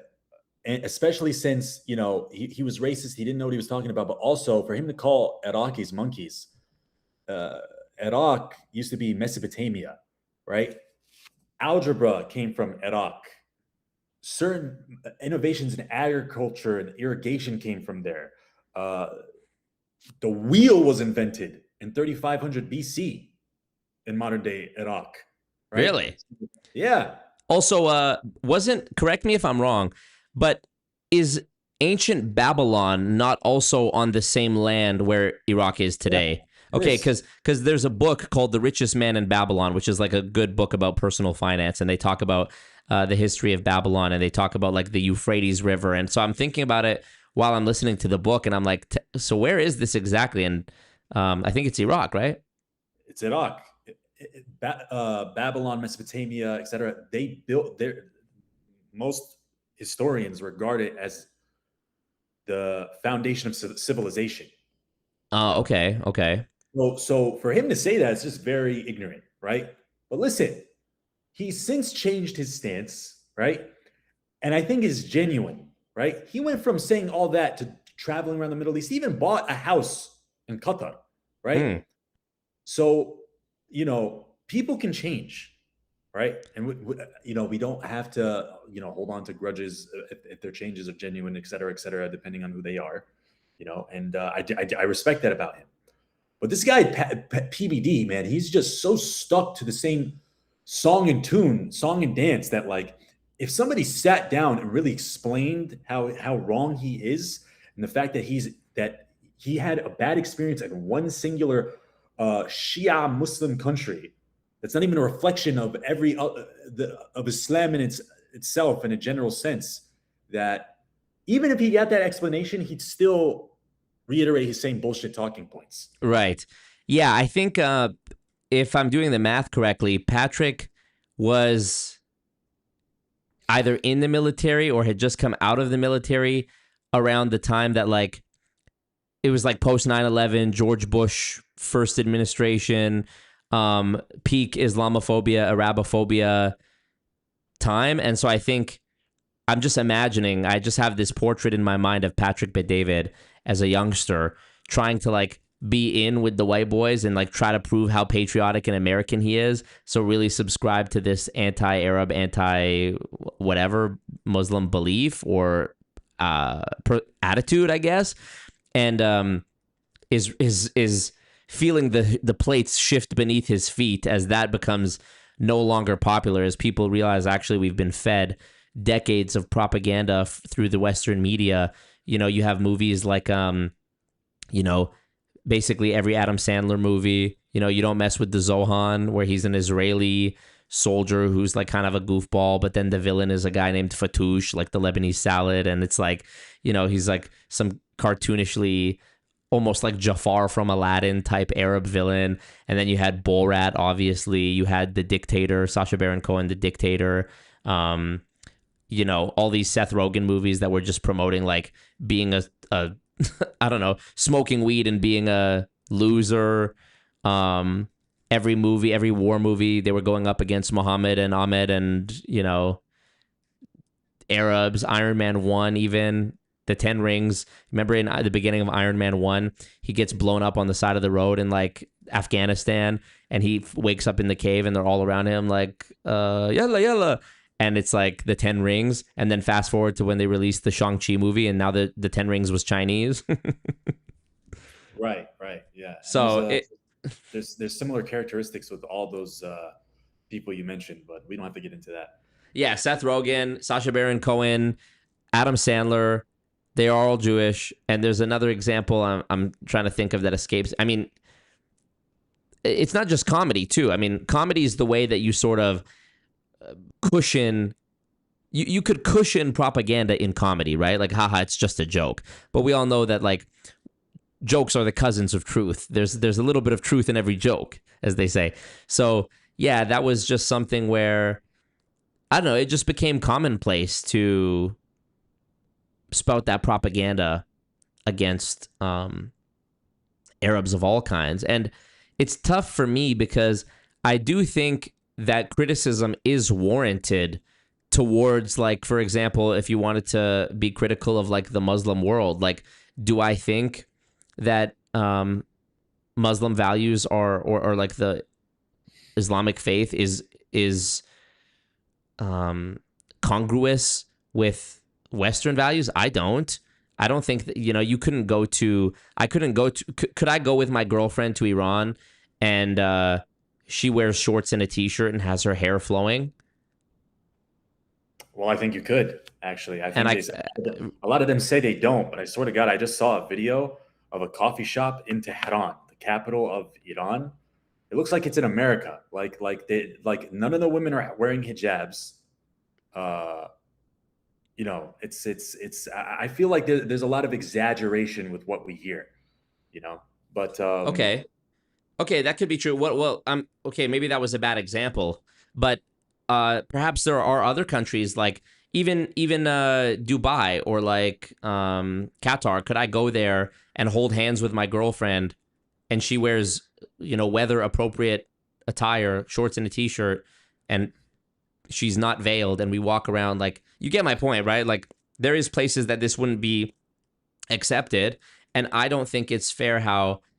Have you seen this clip online where it's like some Muslim guy and he's filming like POV, and it's in the UK, and there's an old white guy standing in his doorway eating a sandwich or something, and the Muslim guy is like, oh, you know, you should go eat that inside because it's Ramadan right now and we can't see that. Shit like that I really don't like, because it's like, or like here in Calgary, just a couple hours away from where I live, there was a public school that created no food zones in the cafeteria and in the school during Ramadan so that the Muslim students wouldn't feel offended during Ramadan because there's so many Muslim students. I don't vibe with that, because I don't think you could go anywhere else in the world as a Westerner and have them just conform to your belief. And I also think if you come to the West from if you go from country A to B, whether it's the West to somewhere else or somewhere else to the West, I think you have an obligation to assimilate to the prevailing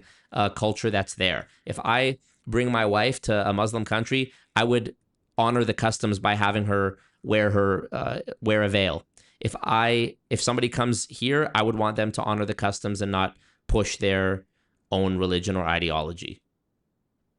No, that makes perfect sense, and I completely understand where you're coming from. Yeah, I think that's honestly a different conversation than, you know, certain. I mean, there's lots of different cultures around the world, lots of different religions, right? Whether or not they perfectly align with, you know, Western values or, you know, if you want to call them Christian values, is, up for debate, right? But it's another thing when, foreigners try to impose their lifestyle onto other people. Yeah, I totally get that. There's a certain etiquette that immigrants have to have.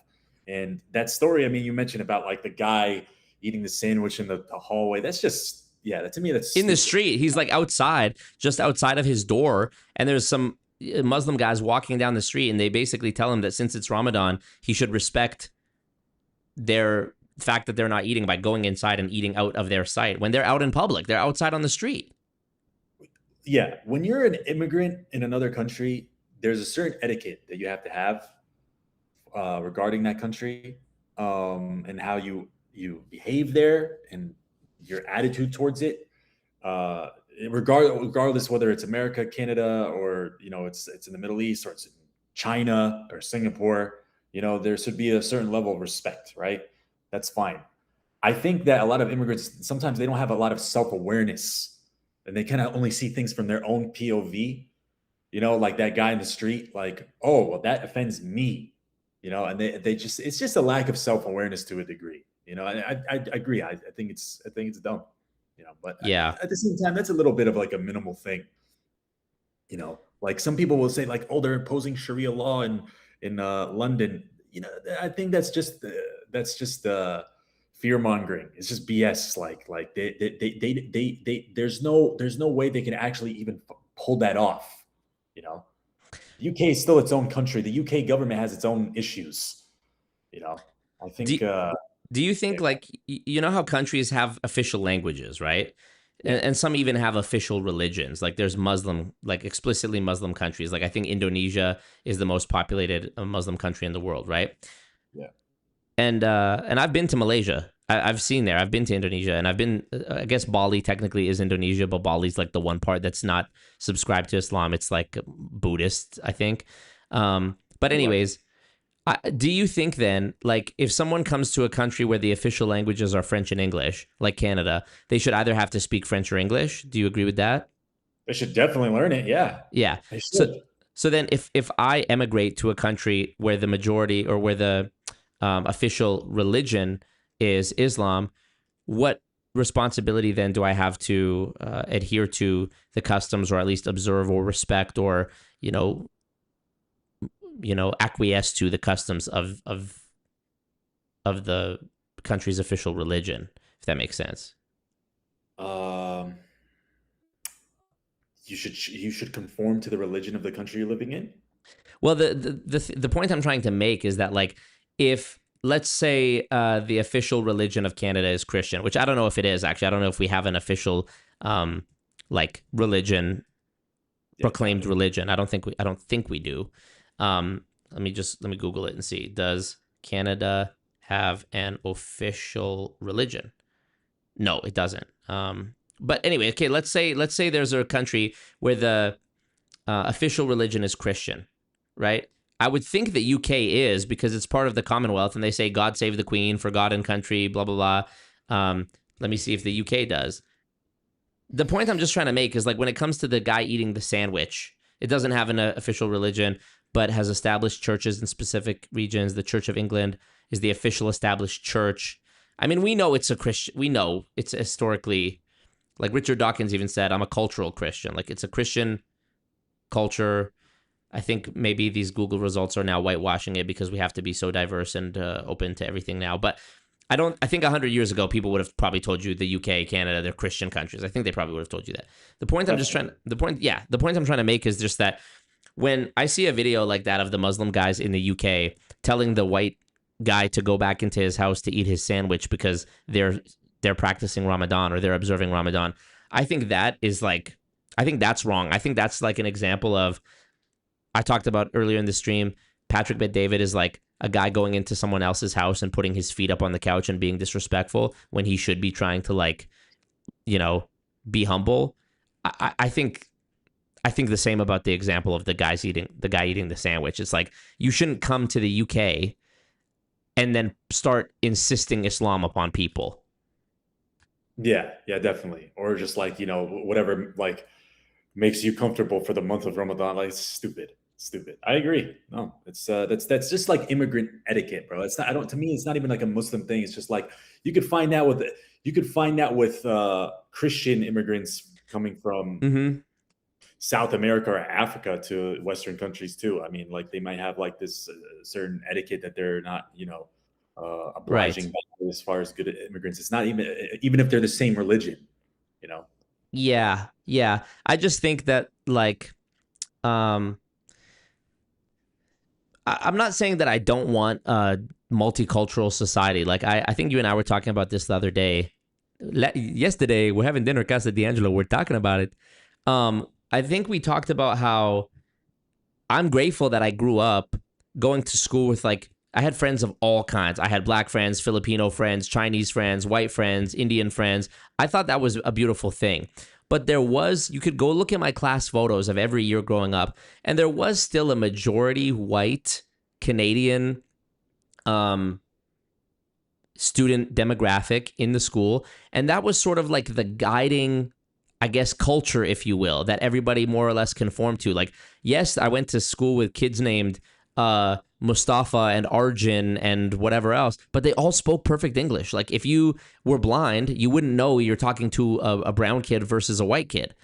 And I don't feel that it's quite the same anymore. And I think that that level of like assimilation is why it was so, why I grew up never even really seeing culture or race or whatever. Like if I went to my friend's house, maybe then I would be reminded. Like I remember one time in high school, I went to my Indian friend's house and I was like, it was only when I went into his house and smelled his mom's Indian cooking that I was like, oh yeah, this guy's fucking Indian.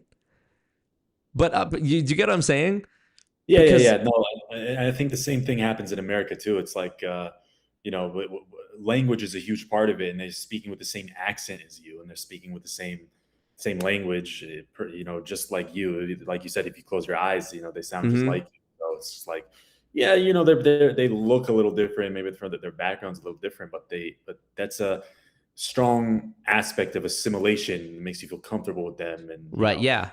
And I think that it doesn't bother you too much. It doesn't. I think like that's fine with people, even if they want to be a certain demographic or a certain demographic to be the majority. It's like they could still accept that, even if there's like a lot of Indians or whatever coming in, and like if they speak English and they're assimilated well, it won't bother them too much. Yeah, absolutely. And I mean, I think I said this on a recent stream. I said, when you have if you mix, like, what was the thing I said? I said orange juice and chocolate milk are delicious, but if you mix orange juice with chocolate milk 1-to-1, you have now something that's neither orange juice nor chocolate milk, and it's actually disgusting. Whereas separately they were delicious things. And so I don't know, I just feel like I saw a meme yesterday that actually encapsulates this pretty well. I'm gonna pull it up because a friend sent it to me on Instagram, and I'm actually gonna pull it up because I think it describes pretty well the like confusion I feel when I look at the current state of Canada, which is, in my opinion, probably the most cooked of all the countries in terms of like just making the wrong decisions for its people. Here, let me just copy the link so I don't dox anything.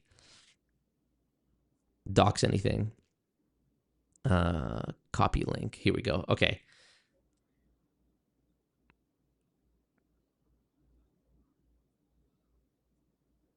One second. I'm pulling it up. Here. This is the clip. So I think you'll be able to see it on the stream. This is the meme. It's ostensibly a white guy saying, we want to apologize to the native, like First Nations, Aboriginal, whatever you call them. When I was growing up, it was Aboriginal. Now, apparently that's offensive. So I don't know. Just, you get what I'm saying. We want to apologize for colonization and show our remorse for it. Apologize how? By doing it again. This is where my confusion lies. It's like we are trying to atone for the sins of past colonization by doing like land acknowledgements at every hockey game, at every event and whatever, while simultaneously importing boatloads, no pun intended, tons of people who, in my experience, just anecdotally, seems that there's a large contingent of them who don't make any effort to assimilate whatsoever, or essentially colonizing. So, yeah, I don't know. I'm in a very tough place when it comes to Canada, and relating this to Patrick Bet-David. I think there is some valid criticism about, like, I'm sure he does make some valid criticisms about importing people from other countries that don't necessarily have like views that gel well with the West. Like, for example, you saw the Tyler Oliveira thing where he went to the poop festival in India. Yeah. Like, zero of those people should be coming to Canada or the United States, in my opinion. Right. Yeah. I understand completely where you're coming from. In the situation with Canada, I haven't been to Canada, but I've heard it's pretty bad. It's cooked. And there's concerns that it'll be the same in America, right? America is a settler colony. They have a constitution with a lot of great laws. As an American, I love that. I really appreciate them. And they kind of sold the world on the American dream. Yeah, right. And most of the immigrants that came and founded America were white Europeans. Definitely, I'm not denying. Yes. But at the same time, like in the early 1900s and late 1800s, you had Ellis Island in New York City where you had an influx of immigrants coming in from all over the world. A lot of them were from Europe, but there was actually a lot that came from Syria and Lebanon. Okay. To New York City. There was no rule really that said where they had to be from or what skin color they had to be, et cetera, et cetera. But regardless, ideally you want whoever's going to come immigrate to your country, wherever it is, they're going to contribute to that society and that country well, and they're going to assimilate well, right?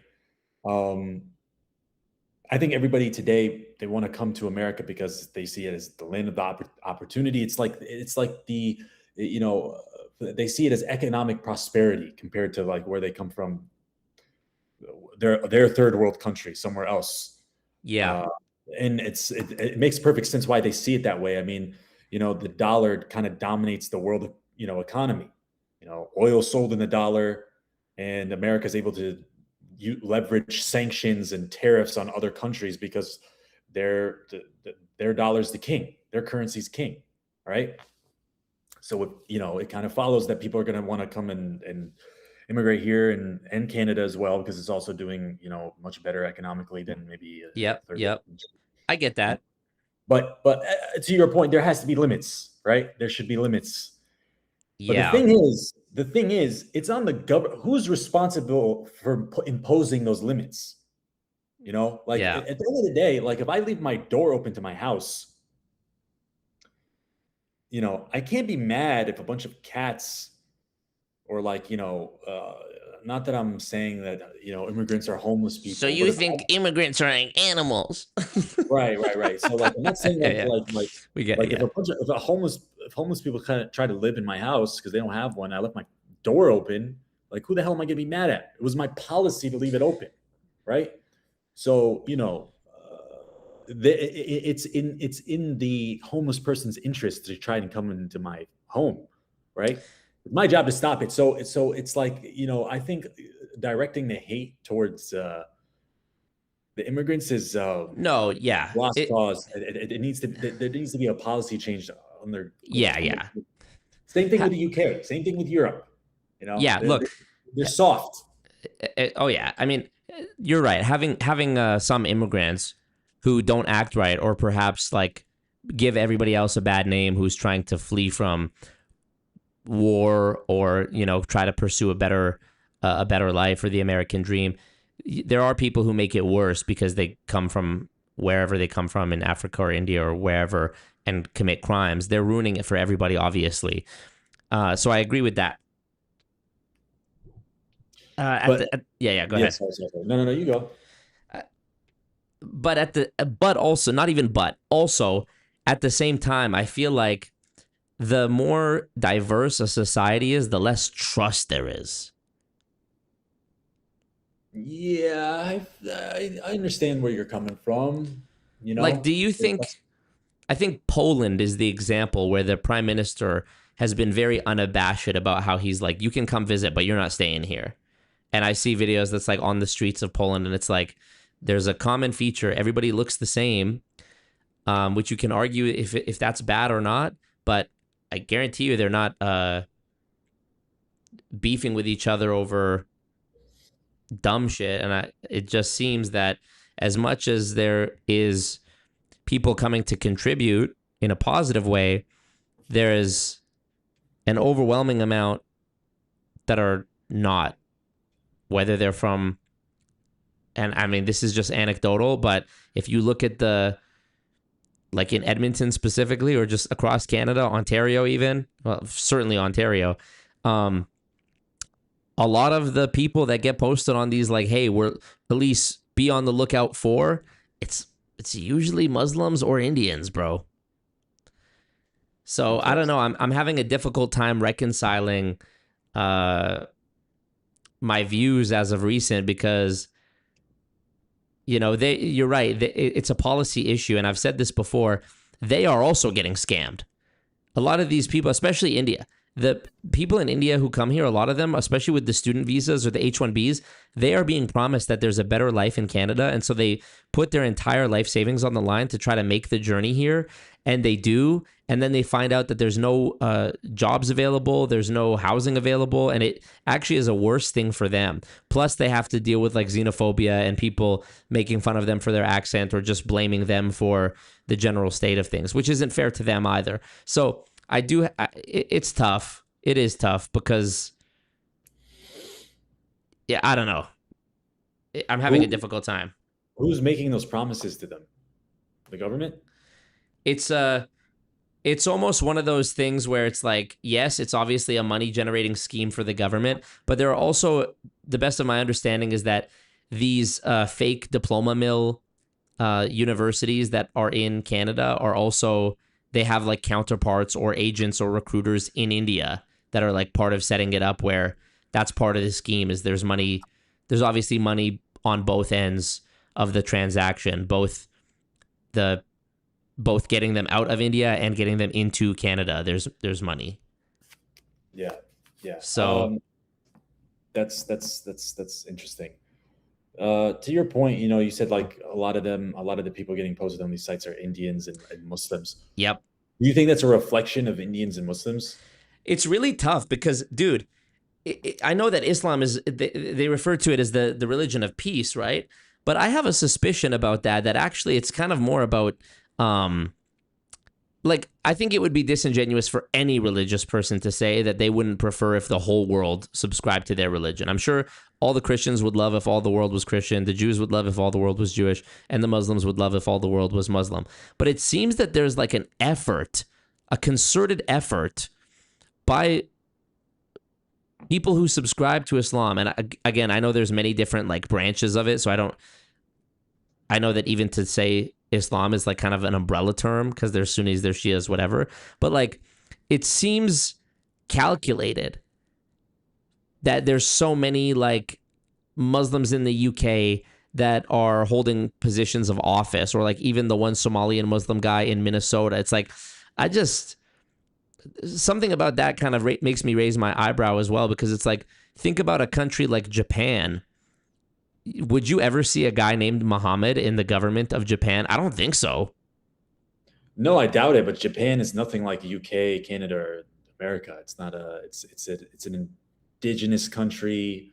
I don't think they really colonized, quote unquote, anybody. They definitely occupied people and very brutal towards No, them. my point is they just obviously keep Japan Japanese. They just know like this is for us.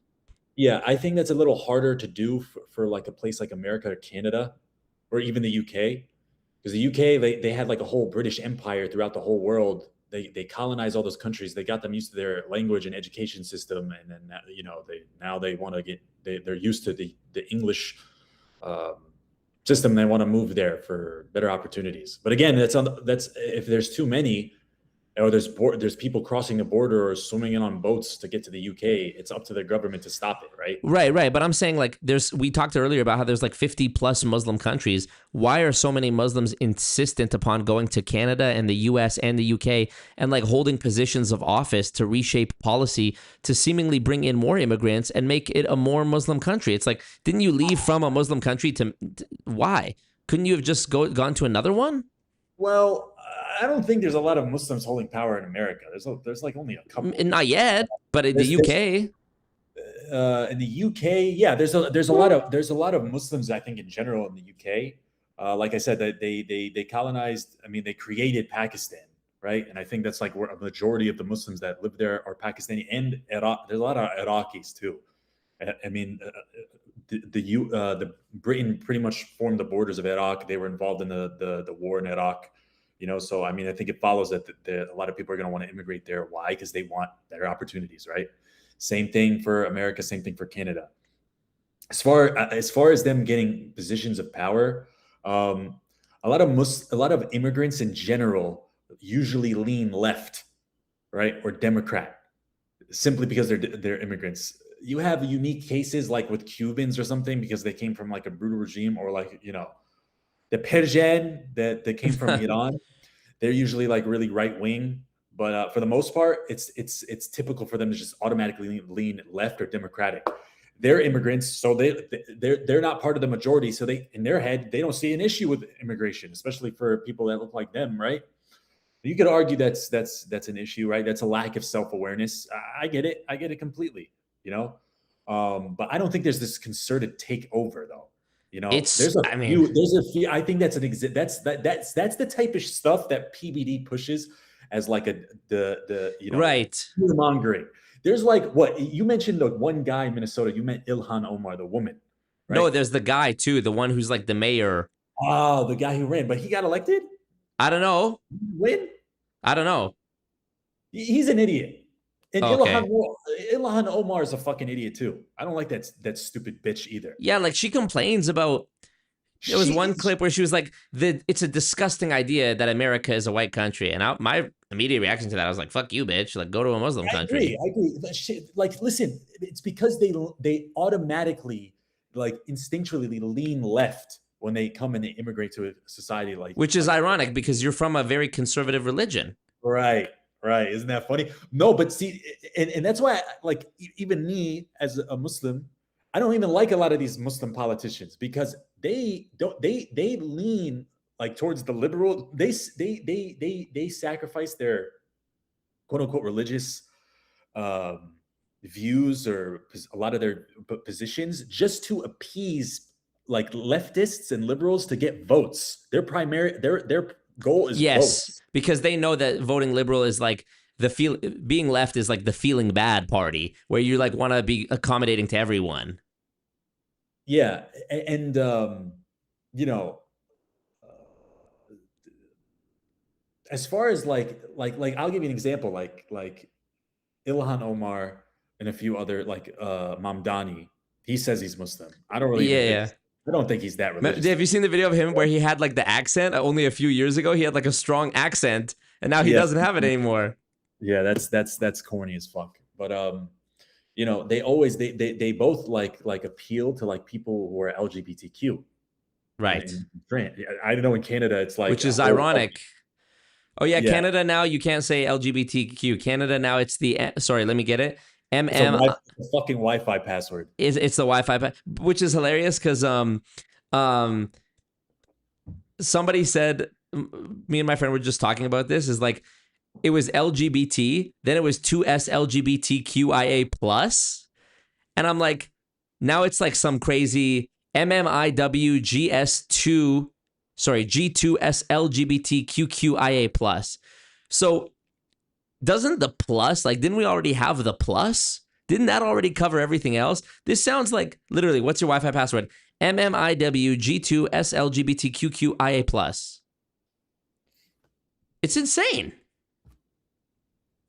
Yeah. But anyways, yeah, you were pointing out, I think, the irony of Ilhan Omar and Mamdani, both Muslims, being like appealing to LGBT. And another thing, that, but also they kind of they say stupid shit like you just mentioned that just make us look worse, like that that. What's the word I'm looking for? I can't. It's not coming to me right now. Okay. But they kind of just like kind of instigate. Okay. They instigate. I don't know if that's the word I'm looking for, but like they're like stirring provoke. the pot. They provoke. Okay. I think they unintentionally, like, they say stupid shit that's going to provoke the majority living in the country, whether that's like white people or whatever, right? White Americans, right? They'll say like what Ilhan Omar said, like the fact that this country is a white country is laughable. Bitch, shut the fuck up. You're from fucking Somalia. Who the fuck are you to say that? You stupid bitch. I can't stand her, bro. And another thing, like, as a Palestinian, a lot of these fucking politicians that are like, they act like they're pro-Palestine. They when it comes time to vote for Palestine, they're always like, they abstain, or they don't even fucking vote, or even they'll vote like in favor of Israeli policies and shit like that. Really? Same thing with, yeah, like AOC is not Muslim, but she's like Puerto Rican, but she's like a leftist, and she criticizes Israel. And there was like a vote on whether or not to block weapons to go to Israel a few years ago. She came out saying she wasn't going to do it. Then she like got a call from like her campaign manager. She came out and fucking cried, and then she fucking abstained her vote. Like, she voted where she didn't have, like, actually she just had a like abstain vote, like no vote. You know, Interesting. Like, they're all full of shit. You know, Mamdani. You know, there's this police commissioner in New York City. Before he was mayor, there was a lot of encampments on universities in New York City that were pro-Palestine, and they were peaceful. There were a bunch of leftists, but they weren't doing anything. They were just setting up tents for the most part. But Mayor Adams was getting put in group chats with billionaires like Bill Ackman and et cetera on how he had to crack down on them, right? And the police commissioner was one of the people who really worked hard to crack down on those encampments. I'm sure you can guess what religion she's part of. She ain't Muslim and she ain't Christian. Mamdani, he got elected, right? He was acting like he's all pro-Palestine. He left her in charge. He could have hired another one. He just left her. Really? Yeah. Interesting. Yeah. A lot of these guys, they're full of shit. You know, I like some things that Mamdani does, but I'm not a socialist though. Like, you know, like the whole fucking, like a guy like is retarded as fucking PBD allegedly can look smart criticizing Mamdani simply because he's socialist. I don't like that. Yeah, that's true. Yeah. You know? But I mean, I guess the greater point I'm making is like, I'm fucking with Japan. I'm fucking with Thailand. Thailand, I lived there the better part of the last 2 years. They openly discriminate, not in a rude way, but they openly discriminate against foreigners. Farang, they call them Falang. Okay, you will never be Thai. You will always be a Falang. It doesn't matter how much you assimilate. Okay, if you go to a temple to visit a temple, you will pay 10 baht or 20 baht or 50 baht or whatever it is to go in there as a foreigner. But if you're Thai, you just go in for free. How do they know you're Thai? Well, they look at your face because they know what Thai people look like. Imagine if in Canada we said you're not allowed to go to, I don't know, a hockey game. Well, that would be more like, I guess, a Muay Thai fight, which everybody pays. But okay, humor me. Let's say you're not allowed to go to, that if you go to a national park in Canada and you're white, you go in for free. But if you're anything but, you pay $10. It'd be blood in the streets. But in Thailand, it's just normal. And I kind of like that about Thailand because the reason everybody says Thailand is so amazing and it's such an easy flowing way of life is because they enforce their culture. You are not going to go there and go on the train and start acting a fool and doing what they do in New York where they're doing like the gymnastics on the train because you'll be out of there. And because they have like, it's very rigid where they say, this is our culture, this is how we are, respect it or check it. It remains an amazing place. Okay? I think Canada for sure, but also the US would benefit from having like a unifying culture.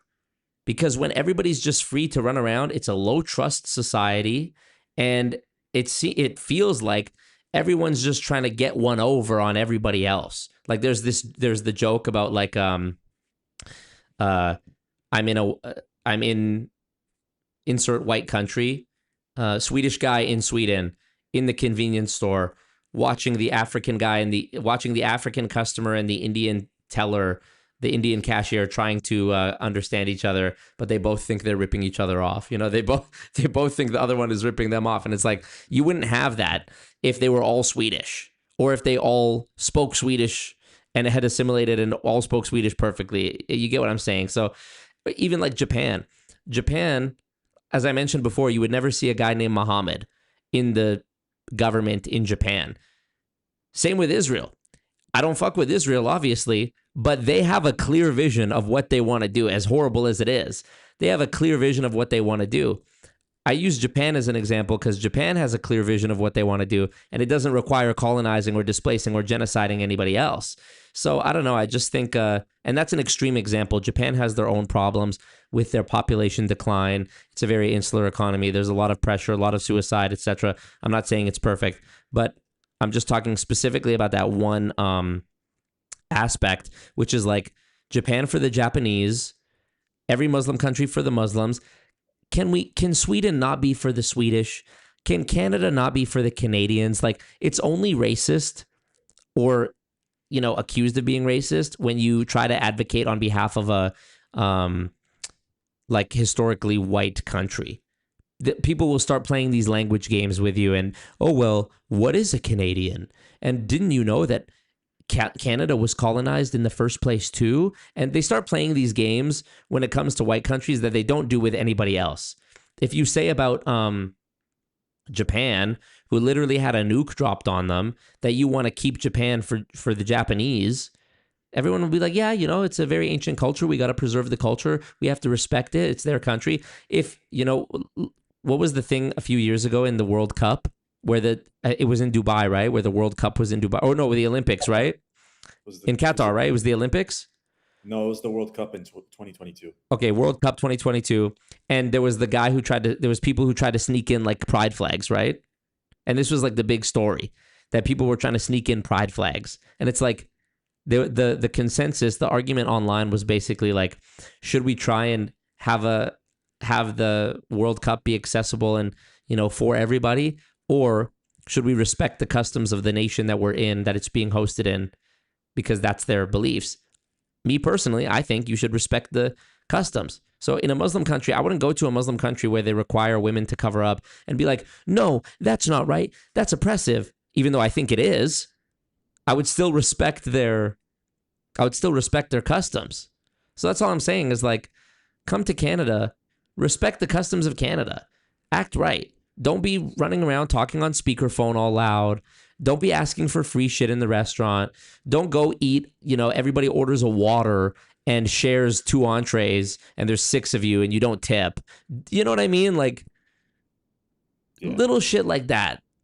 Like, people will say like, oh, well, what even is Canadian culture? And it's like funny to be like, oh, well, white people have no culture. But I can certainly tell you what white culture isn't, if that helps narrow it down. It's not walking around talking loud on speakerphone. It's not talking during the movie. It's not asking for free shit. It's not being loud and not tipping. It's not getting pulled over by the police and being difficult and saying I didn't do nothing. You know, none of that is Canadian culture. So I don't know. I advocate for white people because they are the global minority. There is an obvious attempt, in my opinion, to replace white people by one mechanism is, of course, through immigration. Again, I'm not blaming the immigrants, but if you bring immigrants even from another white country, let's say Sweden, for example, if we brought over 3 million Swedish people to Canada this year, it would put a huge strain on the infrastructure and the housing. There wouldn't be enough homes, on and on and on. Like, it's not about color. It's not about where they're from, although I made the point that it doesn't help if they're from an incongruous culture. But you get my point, I hope. Yeah, for the most part, I do. Let the white people be white. Let the white people have their shit, you know? If you don't like it, there's 57 Muslim countries. There's 2 billion Indians, like you'll be fine going somewhere else, you know? And I'm not, I know I'm on my Patrick Bet-David, but I swear I'm not like a self-hating Middle Eastern who wants to be white. Like I don't. I just, I don't know, just be respectful. Have some decorum, you know? No, I agree. I agree. They should be. Yeah, everybody should be respectful. And I think that a majority of to defend my kin, the majority of Muslims are. But if they aren't, again, it's like a lot from a lack of self awareness. But when it comes to something like breaking the law, like you mentioned, I think that comes down to the country needing to do a better job of enforcing it. If they have a law that's in place, they need to enforce it better, right? Because you mentioned Qatar, right? Right. Qatar during the World Cup, they weren't fucking with that LGBTQ bullshit, and they also really, I don't think they were allowing alcohol, and a lot of people from the UK or like European countries were pissed off about that. I think some of them might have even tried to sneak it in, but there was a lot less riffraff due to the lack of alcohol. There wasn't a lot of fights. There was one fight in the street that I saw. It was with a bunch of white English people, So it's kind of like the reverse, like, oh, they're coming there, bringing their, you could kind of look at it from the same perspective, like, oh, they're coming here and acting, et cetera, like acting up. But to expound more on those that, like a country like Qatar or even the UAE, I know it has its imperfections regarding its foreign policy, definitely. But if you look at these countries like Saudi Arabia, Qatar, UAE, etc., they're full of immigrants. The Qataris, the Emiratis, they're all minorities in their own country. They're the indigenous people of their country. They're like 10% of the population of both their countries. Oh, I see. Everybody else is expats from either other Arab countries or India, Bangladesh, Pakistan, wherever, right? So it's full of Muslims and it's full of Indians. But the crime rates there are really low, right? People there don't really commit crimes. Why? Because they really enforce the law. Okay. That's a problem that a lot of European countries have. That's true. So I don't think it's a Muslim thing or even necessarily an immigrant thing. Like I said, I could leave my door open and get pissed that a bunch of people come in, or I could have a strong policy and enforce it being closed, just the same way they True. They gotta make people respect their laws and country. True. I agree that. And there's full of Muslims and Indians, right? Mm-hmm. So that's something to consider when you're comparing like Europe or Canada and those other countries. You're absolutely right that having strong enforcement would curb crime from whoever was considering doing it. But it does seem that in a country like the UK where they're soft on crime, would you agree that the UK is soft on crime? Yeah. Definitely. Yeah. So it does seem weird that in a country where the UK where they're soft on crime, you're gonna see all of the criminals rise to the you're gonna hear about it, right? It does seem like a lot of those criminals in the UK, at least the ones that you hear about, like the grooming gangs and stuff, they are Muslim. Grooming gangs, yeah, I mean that seems to be a phenomenon with people who are what do you say, like South Asian. Mostly I see them being like Pakistanis who are typically Muslim, but you see also there's Sikh and Indian as well. Yeah. Regardless, that to me, those people are disgusting, right? But why is that? I'm just trying to see if there's like some common thread, because even my boy who's from Sweden, he said that in the last few years in Sweden, there's been a huge influx of Muslims and a huge influx of like gun crime, knife crime, gang crime, grenade throwing, like crazy shit. I'm just trying to figure it out. I think it comes back to what I said before. It's just a lack of enforcing the law and, being tough when it needs to be enforced. If you have a law in place that gun violence and gang violence and human trafficking isn't allowed, it needs to be enforced. I don't think it's necessarily a reflection of their religion, right? These are because again, all those Muslim countries in like that I mentioned in Qatar, Saudi Arabia, UAE, is that happening there? I don't It's know. not. Is it? Okay. It's not. It's Okay. not. But I promise you, it's not. You don't hear about fucking gang shootouts in Saudi Arabia or gang shootouts in Dubai. You know? What are the I recently have seen this thing, which I don't know if it's true, and maybe you don't know either, but it's like I think in I want to say Afghanistan or Pakistan, I could be wrong, where they're bacha, it's like these gay boys that men will like sleep with because it's technically halal or something. Here it is. Okay, I literally Googled, my Google search is gay boy Afghanistan. Okay, the AI overview says being a gay boy or man in Afghanistan is exceptionally dangerous as homosexuality is illegal and culturally taboo, risking violence or death from family and community. Same-sex relationships are criminalized, but the exploitative illegal practice of bacha bazi, dancing boys, persists, where adolescent men are exploited for entertainment and sexual abuse by powerful men. So this seems weird to me, where it's like you can't be gay. I don't even understand this. This is a practice that predates Islam in Afghanistan. Really? It's outdated, or it's outlawed by the Taliban, who's the current government. Damn. But it still exists. It still exists. Wow. And to a degree, I think it's even like a class thing historically. It's weird. It's That's weird. sad. Yeah. That's really sad. Because it's, yeah, it's a cultural thing, only in Afghanistan, though. What the hell? I'm trying to figure out why. But like, why though? Man, a lot of, dude. I mean, there's a lot of weird things in a lot of ancient cultures. You know, but the problem is like when they persist in the future. I don't think anybody who's coming, like, none of these people. Hey, if you enjoy this, you're probably not going to leave your country to go to another country where they don't do this, right? So I would hope. Oh yeah, you're right. Bacha Bazi was outlawed during the Islamic Republic of Afghanistan. Is that the Taliban? I believe so, yeah. I'm just reading it here. It's kind of sad. It seems like they're taking street children, like homeless and poor kids, on some pedo shit, on some Epstein shit. You know, it's funny. I saw this. I keep seeing this thing that's like none of the people on the Epstein list were Muslim, but that's not true. I mean, listen, on the list, you could find freaking Norman Finkelstein was in the files, right? Really? But he is, but he's in the files. Like they tried emailing him, and he's like rebuking them, and he's telling really. What a legend! Telling him to fuck off. They try to fucking honeypot him. And he basically tells him to fuck off.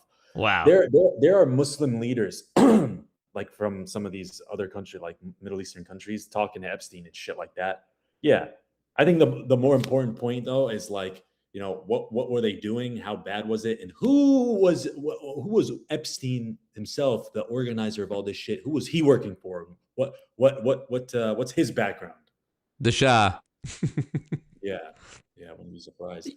But you know, I wanted to add something real quick. Back to like the Muslim thing. You mentioned the grooming gangs in the UK. This is not a reflection of Islam, or you know, this is not allowed. These people are sinners, even if they are Pakistani and they call themselves Muslim, whatever religion they want to call themselves. That's not a reflection of Islam. You know, these people are pieces of shit. They don't respect for sure. the law. And for sure. And they definitely should be out. I wish the crime came down hard. I wish that there wasn't a culture of this fucking happening. You know, but there's a lot of crime throughout the UK. It's not just from Pakistanis or what have you. I think that again, they're kind of the morale in the UK is kind of low, just in general. So when it comes to things like this, like pushing back on for the government is not, I don't think is doing a good job. Like when you have, like, let's take the border, for example. There's a lot of migrants that go to these European countries. Same thing with Ireland, right? It's their job to stop them from coming. And if they find them, then they have to remove them. You know, it's gonna provoke the citizens, to piss them the fuck off, and there's gonna be infighting, et cetera, et cetera. So to prevent that, the government just needs to do a better job. You know? Right. You'll be proud of me. Recently, I went to the grocery store, and there was for some reason they never have a sample. Like, they have samples at Costco, but they never have samples at this grocery store. And for some reason, they were just sampling like fruit, like sampling pineapple, like as though I don't know what a pineapple tastes like. So, and the girl that was behind the little table had a hijab on, and I'm aware of how I look, right? So I walk up to her, I'm like, "You'll be so proud of me." I was like, "Hello, sister, salam alaikum." She was like, "Walaikum salam," and I was like, I lowered my gaze as well. I didn't make eye contact. I was very respectful. Took the little pineapple, walked off, kept it G. And in her mind, she's thinking, wow, that's him. That's the one. I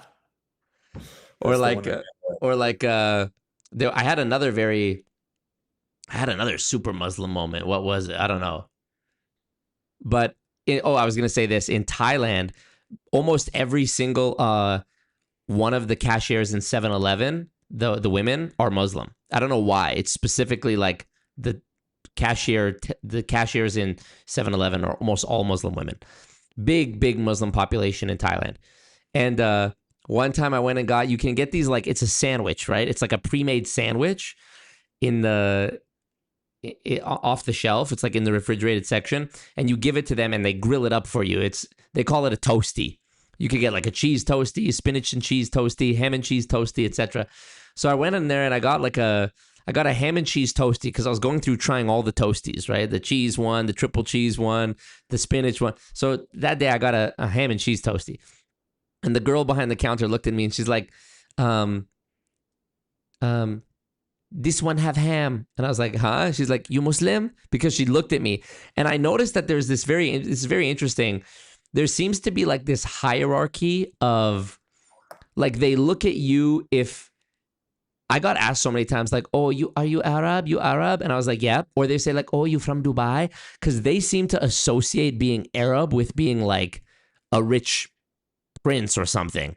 And it was very strange coming from Canada, where they don't associate you with that, to go to Thailand. And there seems to almost be like I don't know how to explain it, but it's like there was this feeling in the air that I could sense that if I had told one of these Thai Muslim 7-Eleven employees that I was Muslim, that they would that I was more like exalted as like a more real Muslim because I'm Arab as well. So like my native language is the language of their religion, whereas theirs is not, type of thing. I don't know how to explain this, but I'm sure there is something to this like feeling of hierarchy, that Arab Muslims are somehow looked at as more legit than Asian Muslims. I don't know. Do you have any experience with that? No, not really. I think I have zero experience with that. I'm curious. You got to pull up to Thailand with me and see if you feel this. I'm trying to see if I can find something on this that would help explain what I'm trying to describe here. Okay. Here's one that says, while Islamic theology emphasizes equality regardless of race or ethnicity, a perception exists socially that Arab Muslims are more authentic or legitimate than Asian Muslims. The misconception often stems from the historical origin of Islam in Arabia, the use of the language, and cultural confusion. That's basically what it boils down to me, is I felt that. Yeah, I guess I could see it from their perspective. I guess they just see it like, oh, they're closer to the religion. Yeah, because right, more natural to them. Right. That's a better way of putting it. Because they're probably, those people they're what? They're probably from Indonesia and Malaysia. Some are Thai. Some are actually, like, a lot of them are Thai. Oh wow, I didn't know there's Thai Muslims. That's interesting. Tons, bro. Tons of Thai Muslims. No, I heard there's a big Muslim community in Thailand, but I didn't know they were Thai. I always assumed they just immigrated from like Indonesia and Malaysia because it's close. There's a lot of those, but there's a lot of Burmese. There's a lot of Thai. Yeah, there's definitely Thai Muslims. Yeah, for them it's like because they're reading the Quran in Arabic, but they don't really understand it. So I don't know. That's probably maybe it's some of that. I don't know if they have like a undisclosed hierarchy thing in Thailand, but Yeah. No, it was just an unspoken sort of thing. It was more of a vibe than anything. Okay, let me read a couple of these comments and then we'll be out of here. Christy said, Tucker said so much about Patrick in less than 5 minutes. Meanwhile, Patrick said nothing about Tucker in 16 minutes. So true. Okay, let me scroll through some of these.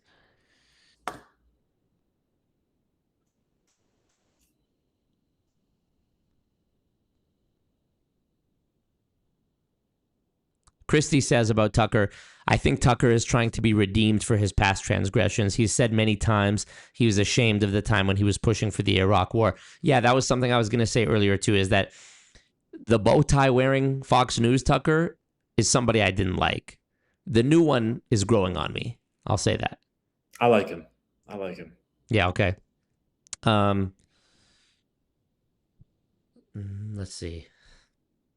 Kendra said, what's your definition of assimilation? I think what we just talked about, decorum, speaking the language, Drew asks, am I Canadian? Yes, I am. Born and raised here. Lebanese, Canadian born Lebanese.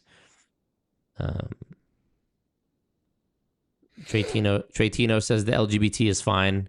The IAOD, LGBT never made sense either. True.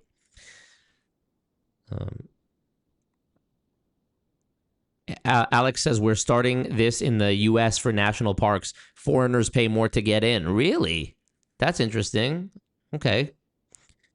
Well, I think that's an American passport type thing. Like if you have a sure passport, which makes perfect sense. Yeah, in Thailand, I don't think they would care if I had a Thai visa or a Thai passport. I really don't think they would care.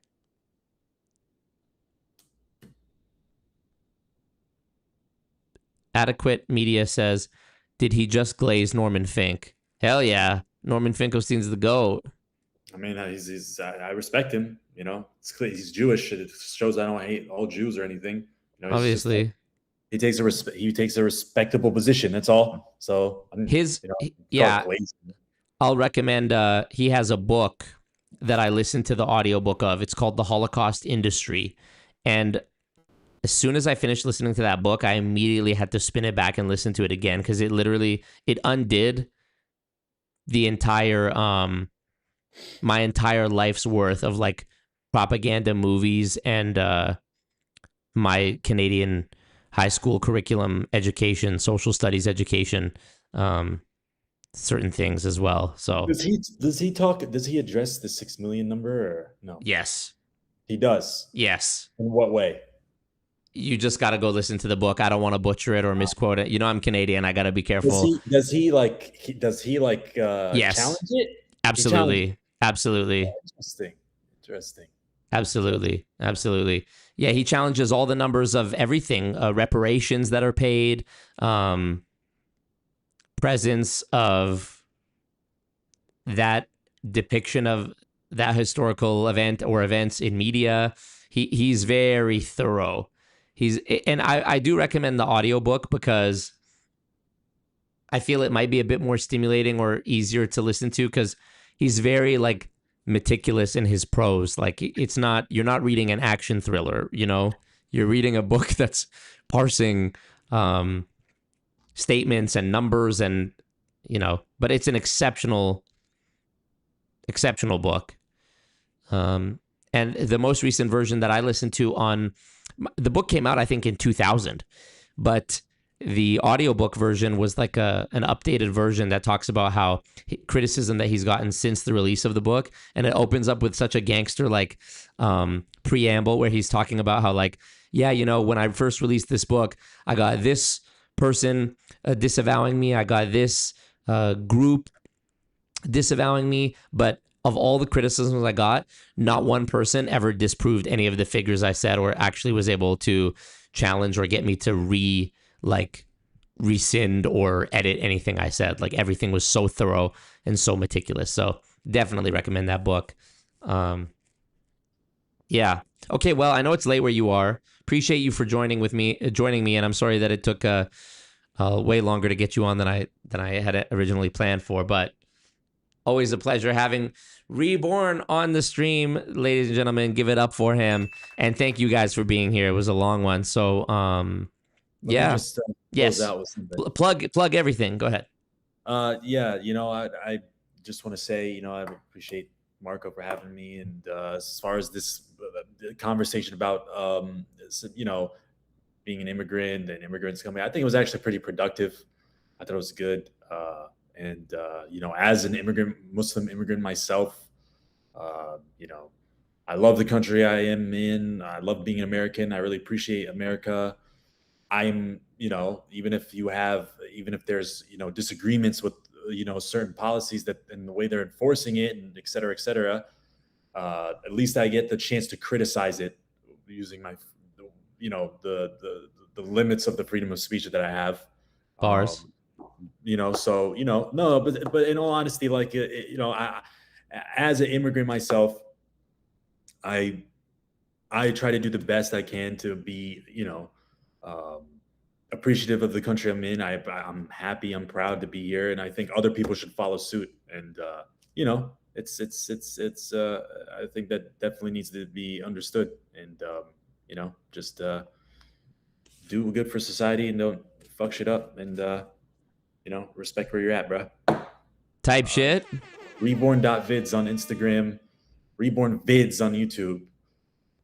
I'm putting the link in right now. The Instagram, buy in early. He's already at almost 20K followers on Instagram. Yeah, I'm like literally at 19. Oh, 19.9. Literally, somebody could follow right now and be the 20K, 28,000th subscriber follower. Yes. Do it. Yeah, I was like, damn, this guy's gonna catch me at any moment here. And then I had a big last week, so I think I'm 24.9 right now.